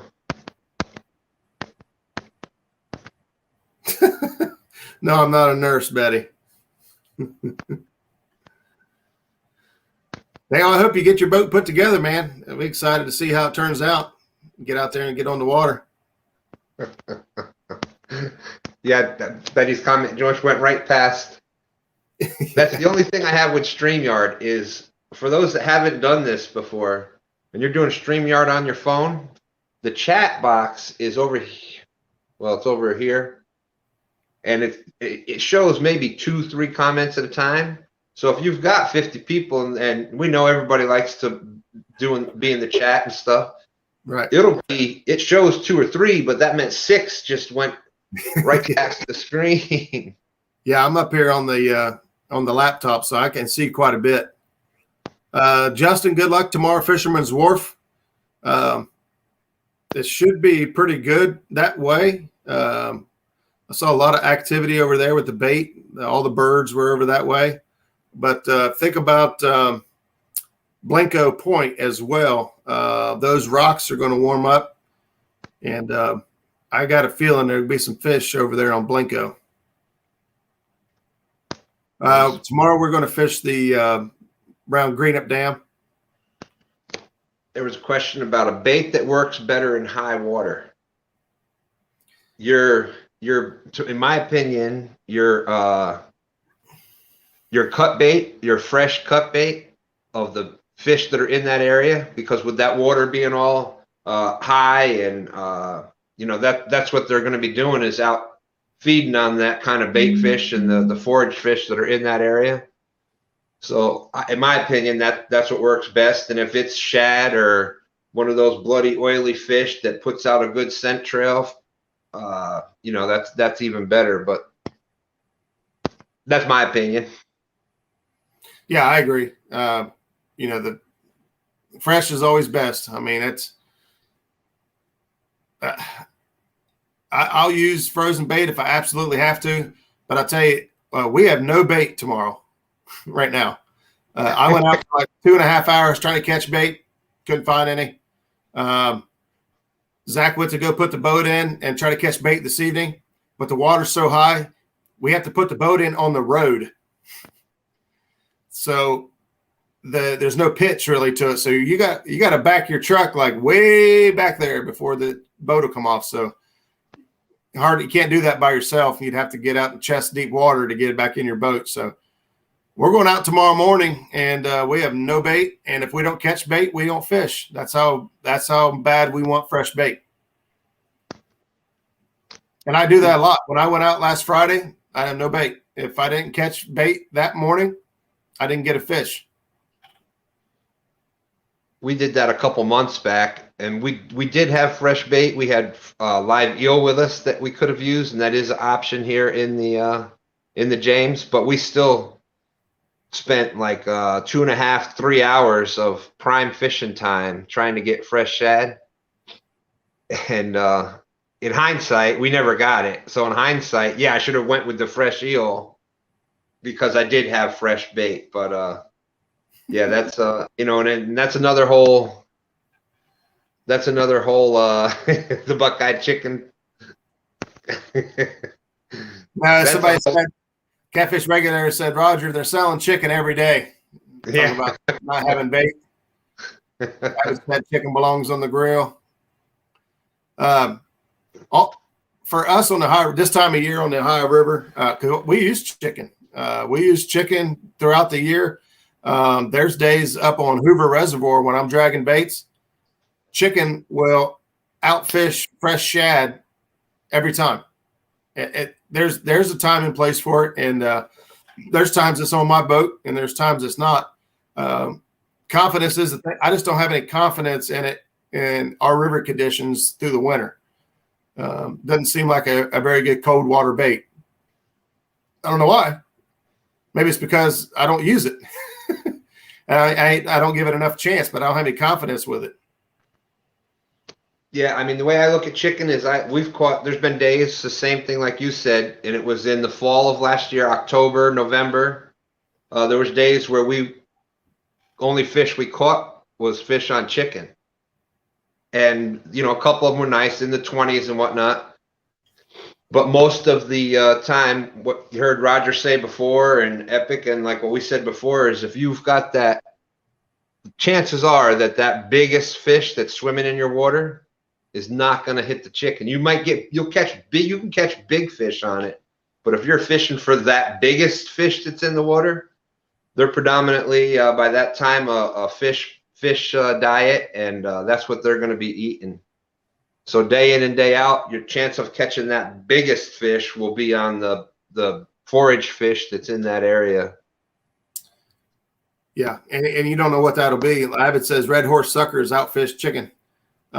I love red horse suckers, but it could be a carp, it could be a ditch pickle, or it could be a white bass or whatever's legally caught and used in your waters. Buckeye just said it with the small channel cat. DMV, you've seen him use channel cat and bullheads and whatnot, and even for cut bait and catching it. So that it's fresh bait. Yeah, he was saying he caught a bunch of fish using channel cat for bait. Yeah. Oh yeah. Yeah, DMV will do the same thing if he's running out of bait and he's caught a small channel. He'll take a couple chunks from that small channel, and he's caught some nice fish that way. If I don't have fresh shad, I have no confidence. Caught some right blues. there. What's Clearview. that? Skip says a couple times him and Zach were on the river in a hot summer, chicken outfished all other bait they had. And it does. I feel like it's a warm water bait. I don't know why, but that's when it seems to do best. I'm not even sure flavor has a lot to do with it. We've used plain chicken and used the strawberry chicken. I've actually got a company I'm working with now that does flavoring and whatnot for different stuff. And we're going to try to start trying their scents on bait to see what happens. And if it works, we'll be able to buy it.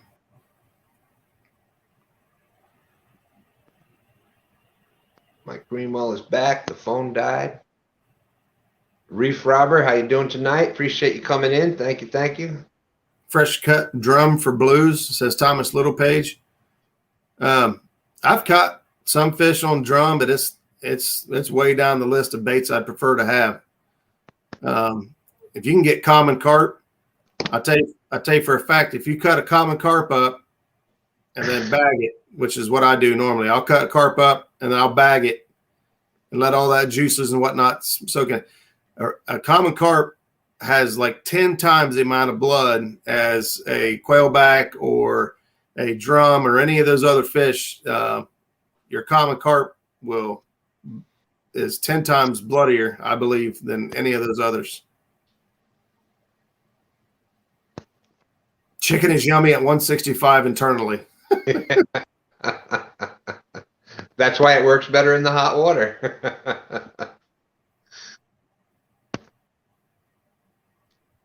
Fish Magician, true that, Roger. Carp for the win. They've been Fish Magician uses a lot of carp up there.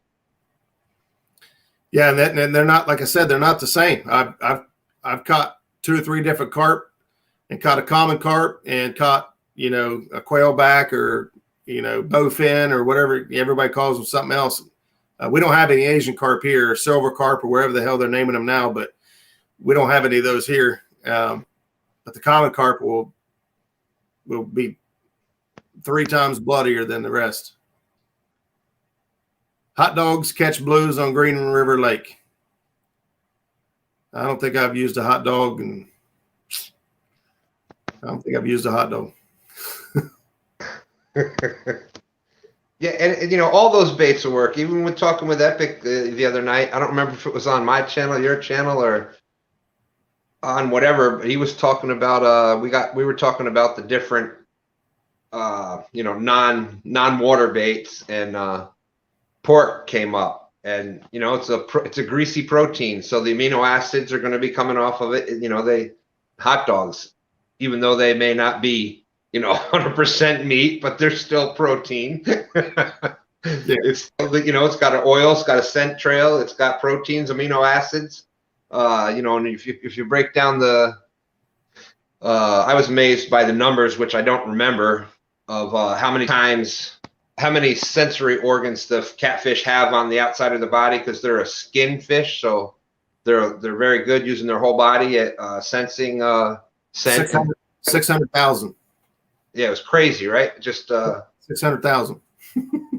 And you know, so breaking it down into that protein into amino acids, and they can probably sense that difference, and so that's why I think that the outside baits, the pork, the chicken, the hot dogs, they all will work, and you can catch big fish on it. But I think you know, it depends on what you're looking for. Lynn asked how I cut my carp up, or how I prepare my carp. I always scale it first. So I'll scale all the scales off of it, and then, you know, I'll cut it up in chunks, you know, starting at the head and work my way all the way back. Most of the time I'll get rid of the gut pockets. They don't they end up being useless anyway. Their gut cavity just turns into a big hollow cavity. And I don't like that, because then your bait wants to spin in the water if you're fishing current. So I'll usually cut the gut pocket off, and then I put it all in a Ziploc bag. And, you know, whether I'm fishing that day or the next day or whatever, I put it in that Ziploc bag and let it just sit there and soak in all that blood and juice and whatnot. And then, you know, I'll get my bait out of the bag when I'm ready for it.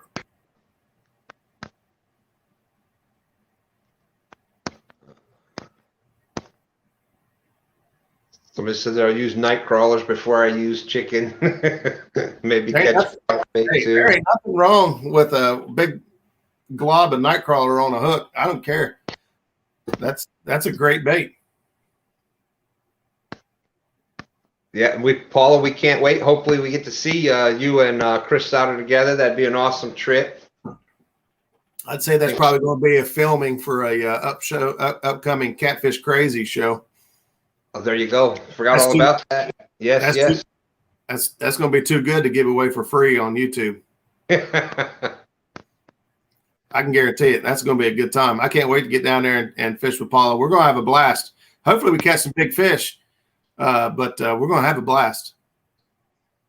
Certain time of the year, Paint Creek fillet carp is on fire. Yeah. Yeah, we do that too. I didn't think about that. We'll fillet them. We'll fillet them out. I always scale the carp, but then we'll fillet them out and then chunk them up.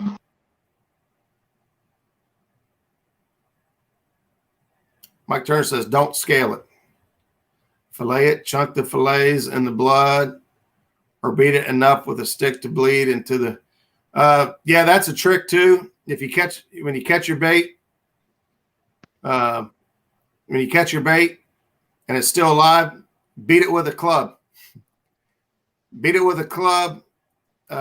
Supposedly, I mean, I know it does. It bruises the meat, and that brings blood to the meat, and you know, supposedly it increases the blood content in the meat when you use it for bait. I see a lot of people do it, but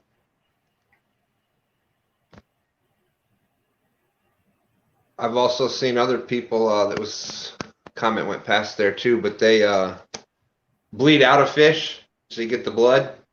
Then they'll cut it up into chunks or whatnot and soak it in the blood. That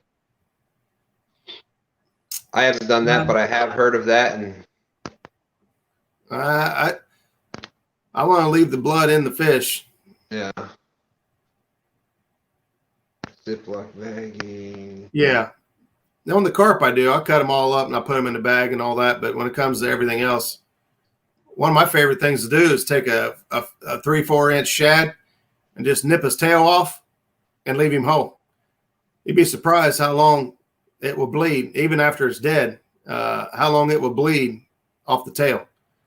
I can tell you that when I fished with Doc Lang down on Wheeler and Wilson, he was putting on 14-inch, 16-inch skipjack and hooking it in the nose and just cutting the tail off. And that bait we would drag it for over an hour and bring it in, and you'd reel it up and have it hanging there, and it'd still be dripping blood while we went to the next spot. It just bled forever.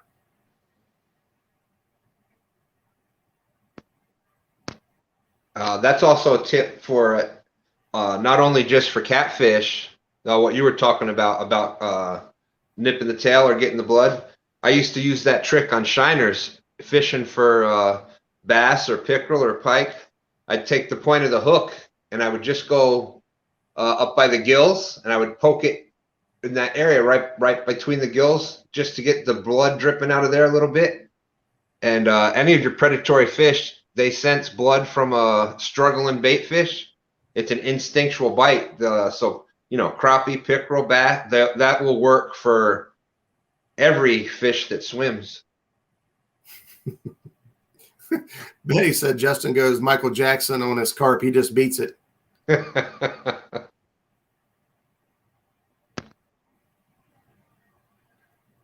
Doc Lang is old school, back in the CMB Catfish message board days. I'm not even sure what CMB is. I'm not that cool, but Doc Lang.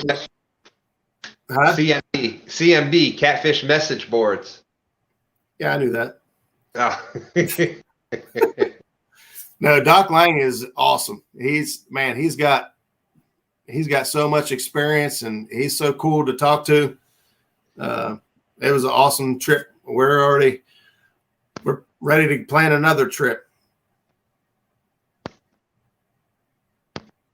That there's Betty, 21-inch skipjack that she used, bled for over 4 hours.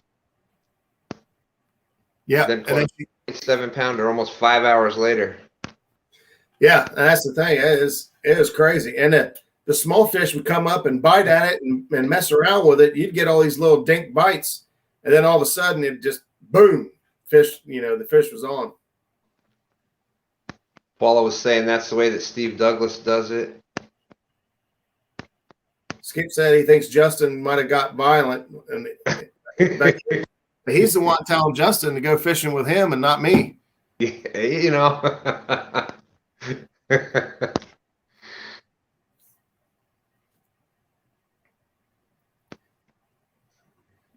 All right, Lynn, have a good night.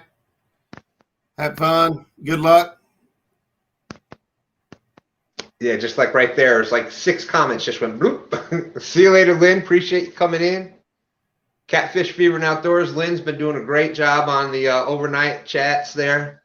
Bunch of people up talking, mostly fishing through most of the night. And Epic has been up in there a few times, so awesome to see. We got pretty much catfish 24/7. Just unbelievable the time that we live in. Yeah. Like Epic was saying, 30 or so years ago, you were lucky if you could get the message board on whatever, and somebody might reply back to it like a day later or a couple days later. But to have instant, feedback pretty much 24/7, it's just crazy. Eric Jacobs, how you doing?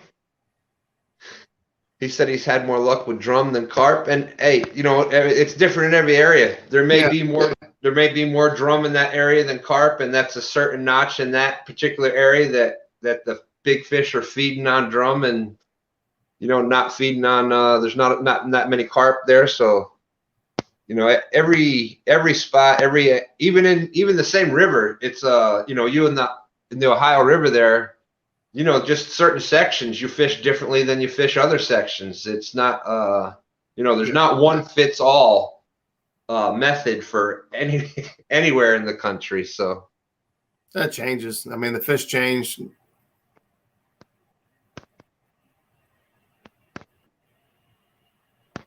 Paula Smith's heading out. She's getting up at 4:30 or leaving the house at 4:30. That's what time I got to leave the house. I got to leave here at 4:30, pick up Skip at 5. All right, Paula, have a good night. And if anybody out there isn't subbed to Fishing with Paula Smith yet, go check her channel out. You see some awesome big catfish up in there. Bunch of great channels out here. Skip's channel, Clearview Outdoors. Skip's awesome. Just getting going with it, but the content on Skip's channel so far, amazing.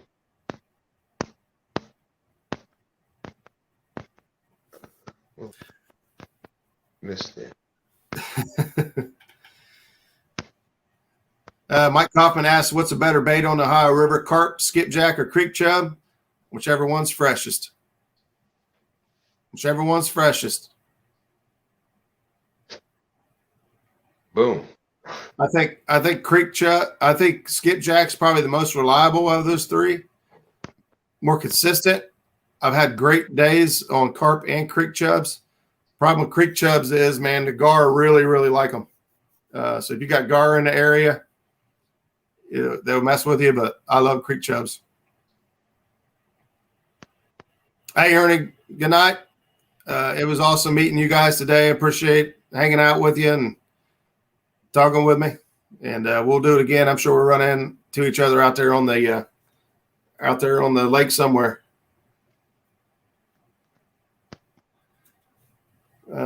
Plan on putting creek chubs in my bait tank. There you go.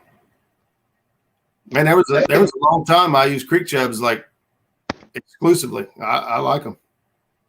Good night, Ernie. Yeah, and the bait tank thing seems to be what a lot of people are doing. That right there should tell you how fresh people like their bait. They're willing to go put together a giant bait tank or you know me. Anybody that watched CatCon buying one of those was it a hurricane tank or I can't remember the name of the company. Extreme bait tanks. There you go. Extreme bait tanks. I happen to have the sticker right there. That looked like a pretty awesome setup. Yeah, there's more stuff out there, but you can't see because of the thing. But I want to fill it in. I want to get it full of everybody's stuff, man. I've got some Catfish Weekly stickers. I think I can't figure out what Janice did with them, but those Catfish Weekly stickers, man, they're pretty cool. Stan 3 got the catch photo release one, and then he's got his 40 and his 50. But really nicely done. I think that's awesome. Who doesn't like to get those little, I don't want to say bragging rights or whatever, but bound to display it right on there. And, everybody wants to get that 60, that 70, that, I don't know if you want to answer that for Thomas. I have never used gar for bait. Nope.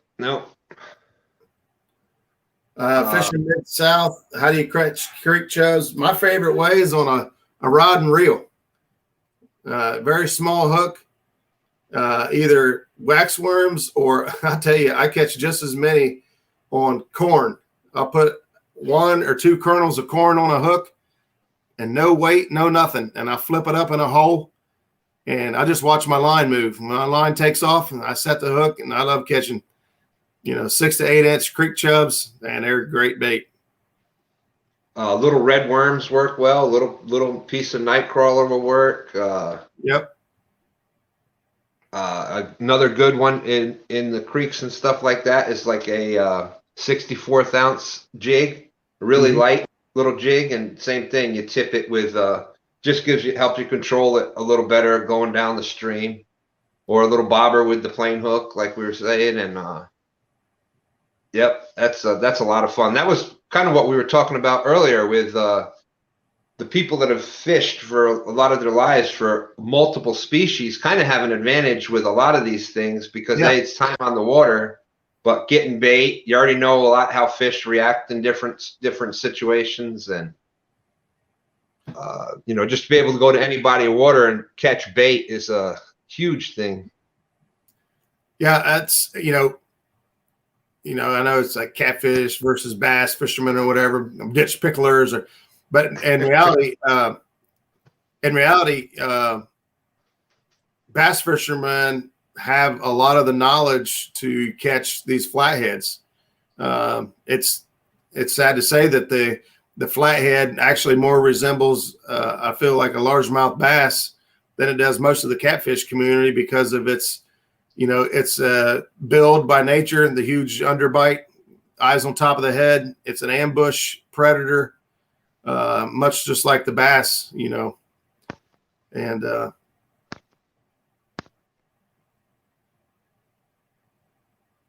I use a clover trap. I've never tried it. I've never had a clover trap, Justin. I need to build one.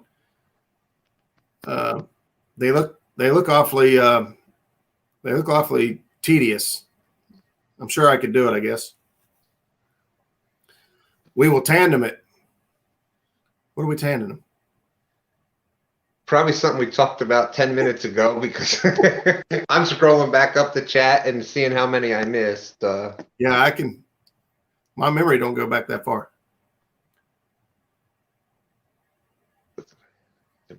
All right, looks like Betty's turning in. All right, good night, Betty. Some of the best bass baits, live chub on a slip bobber.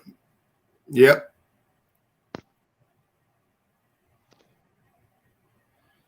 That's something I want to try this year for catfish, is getting into trying to find some spots to do the bobber fishing.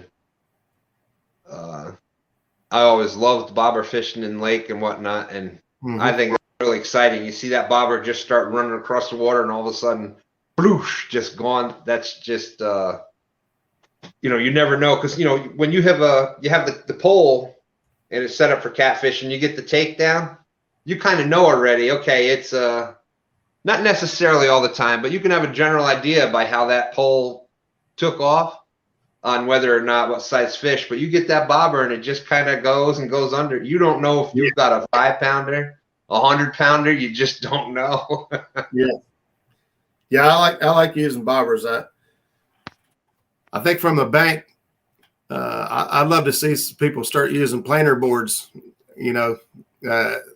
Just if you could find a position on a bank of a point that sticks out somewhere where you can get that line to get out there and the current to start feeding that out, then I think planer boards from the bank would be awesome. I know there's folks talking about getting into and using them. I can't wait to start seeing some evidence of it, because if I was bank fishing, I would bring that up because that's what I'm doing this year. That's one of the things I got planned on working. Yeah. Good deal. I'm just saying, if I was, because you can't keep your bait out in the current most of the time. It wants to sweep it back, depending on how much. Maddie's in there. Little Smith, Maddie May is there. How you doing? What's up, Maddie? We were talking about you earlier. All good stuff. Oh yeah. Yeah, she was a big help. She was actually ran the show there for a little while I was trying to get Rod set up. And Josh said he's gonna get some planer boards from Uncle Lou's. There they are. yeah, Uncle Lou, Lee Reed, what a great guy. Yeah, I talked to Lee quite a bit now.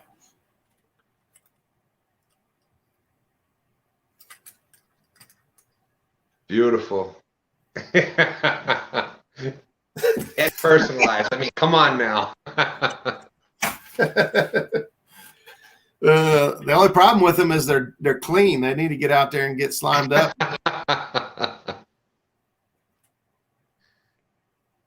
The cost of losing a board, the board don't go anywhere that fast. They float. So that, I can't imagine a situation if you're in that much current, you're not using a board really typically anyway. And if you are and you break off and you lose a board, just go get it. In my opinion. I guess we're talking about from the bank. From the bank. If you got snagged up on the bank, I get it. It'll just be gone. Yeah, well, those are things we're going to find out. Going to be new to doing it, so I missed you too, baby girl.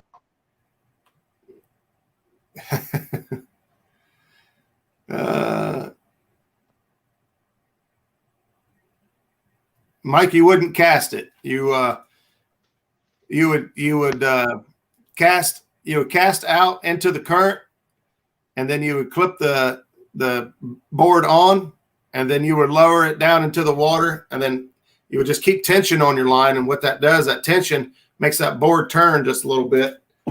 So if you look at how this board is designed, your main line clips in back here, fastens back here, and then your line comes out here. Well, that turns the board sideways.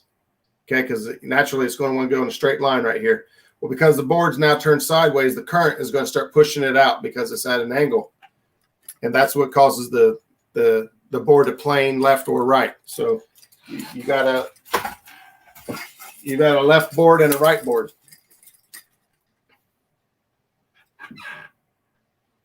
So this one here would go out to this way, and this one would go out this way like this, and that's what makes them separate. So you keep tension. The more tension you got on the line, the more it wants to pull and go out. Mike, when we get out, I think we're going to do a trip on Hoover too once it gets nicer up there. I'd love to take you up there and put you dragging baits for fish up there, but we'll play with planer boards plenty then. But I know we're planning on doing a trip on the Ohio too, and I can kind of show you how to play with them and how to work.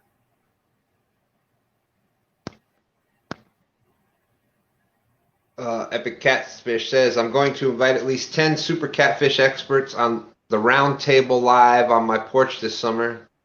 I hope that it comes true because it would be epic. That would be awesome. I can guarantee you 2 people that'll be listening. Well, 3. I know Stand 3 will be listening too. So you got 2 of us on screen and Stand 3 at least that are going to be watching that. And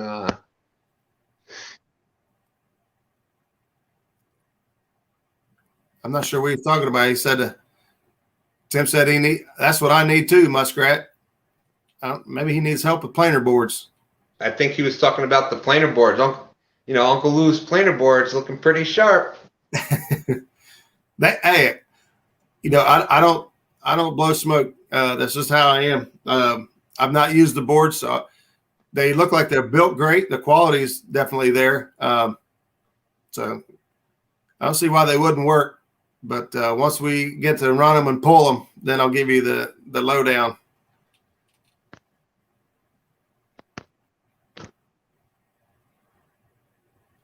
Justin's everyone's got a place at the table. Look at that. Justin said, can I come sit in the grass and listen? Pull up a blanket.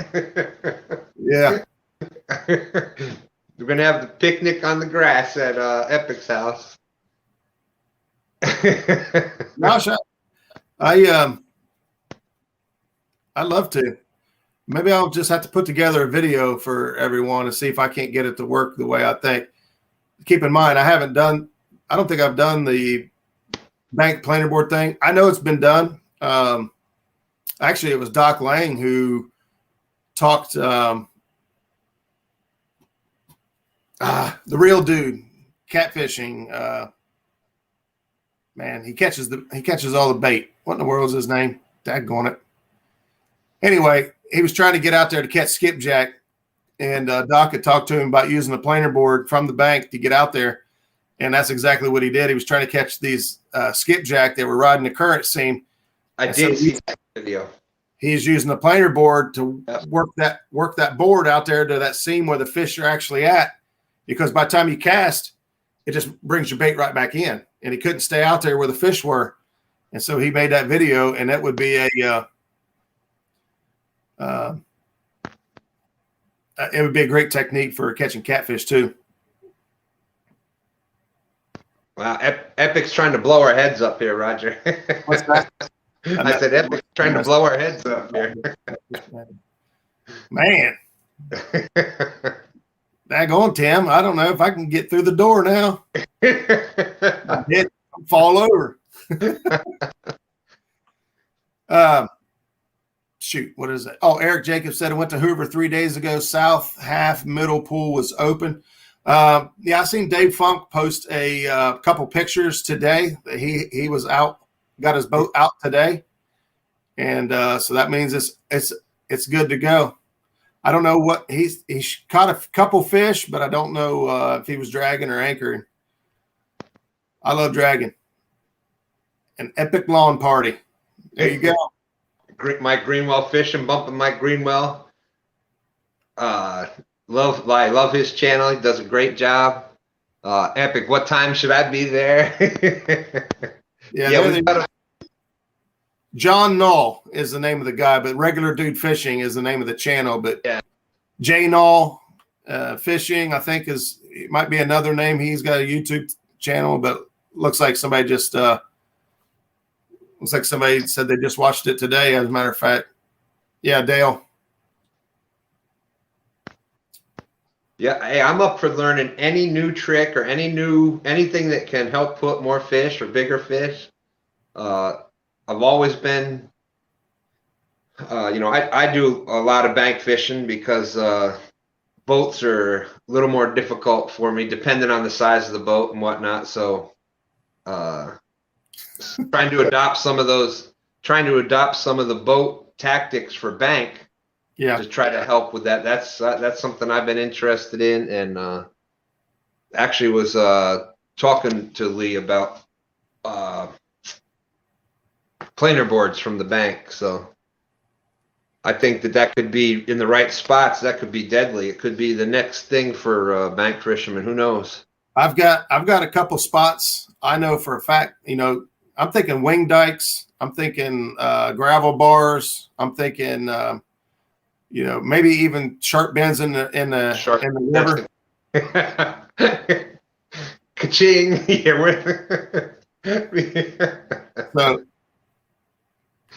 So yeah, man, I'd love to see it, man. Make it happen. Somebody needs to do it. It's not an original idea. I mean, it's been done, but we ain't seeing it. All right, Maddie May. See you later.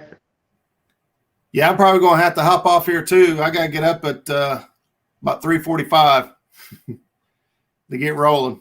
I come in hot tonight. I didn't load up anything in the truck. Nothing's ready. So I got to get up. Yeah, well, Roger, I can't thank you enough. You know how I feel about you and your channel. I'm a huge supporter of Muskrat Adventures. I'm there for the long haul with you. I can't wait to see the stuff that you got coming, and the River Warriors with you, Skip, and Zach. Awesome stuff. Thank you for what you do out there, and bringing that back to us. The Tuesday nights, 8 o'clock. Muskrat Adventures show. You don't want to miss it. It's like just like we said, you're hanging out with your friends, talking catfishing. So it's a awesome show. Yeah, this is pretty much what it's like hanging out on the boat with us. We sit here and talk about fishing while we're fishing. Think about what the fish are thinking, where the fish doing, where they at, where we going next, and that's just pretty routine.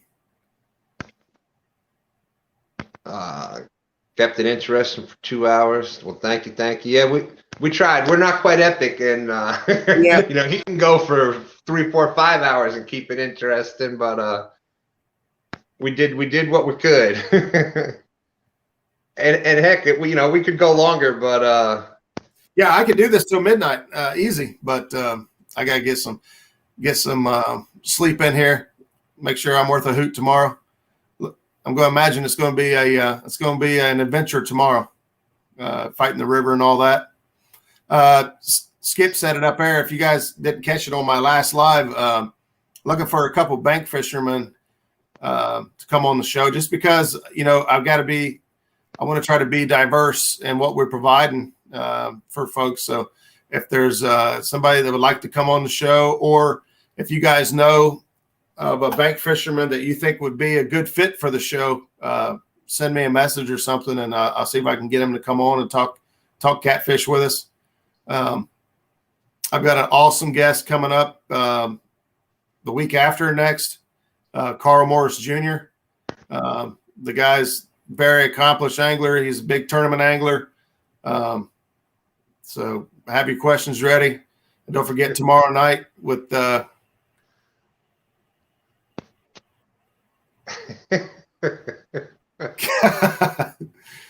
tomorrow night, Mike Greenwell will have Mark Blauvelt on there. Another great, another really good fisherman. Get your questions ready. I'm already thinking of stuff to ask him tomorrow. So, yeah. Well, we are gonna jump on out of here. I'm gonna head out with. Okay. I'm going to head out with Roger here, and thank you all so much for coming in. I can't thank you all enough. We just now down into the 35 people still watching us talk for over 2 hours. Appreciate y'all. Thank you so much, and Two Stands Fishing loves all the support. Thank you. Woo! We're out.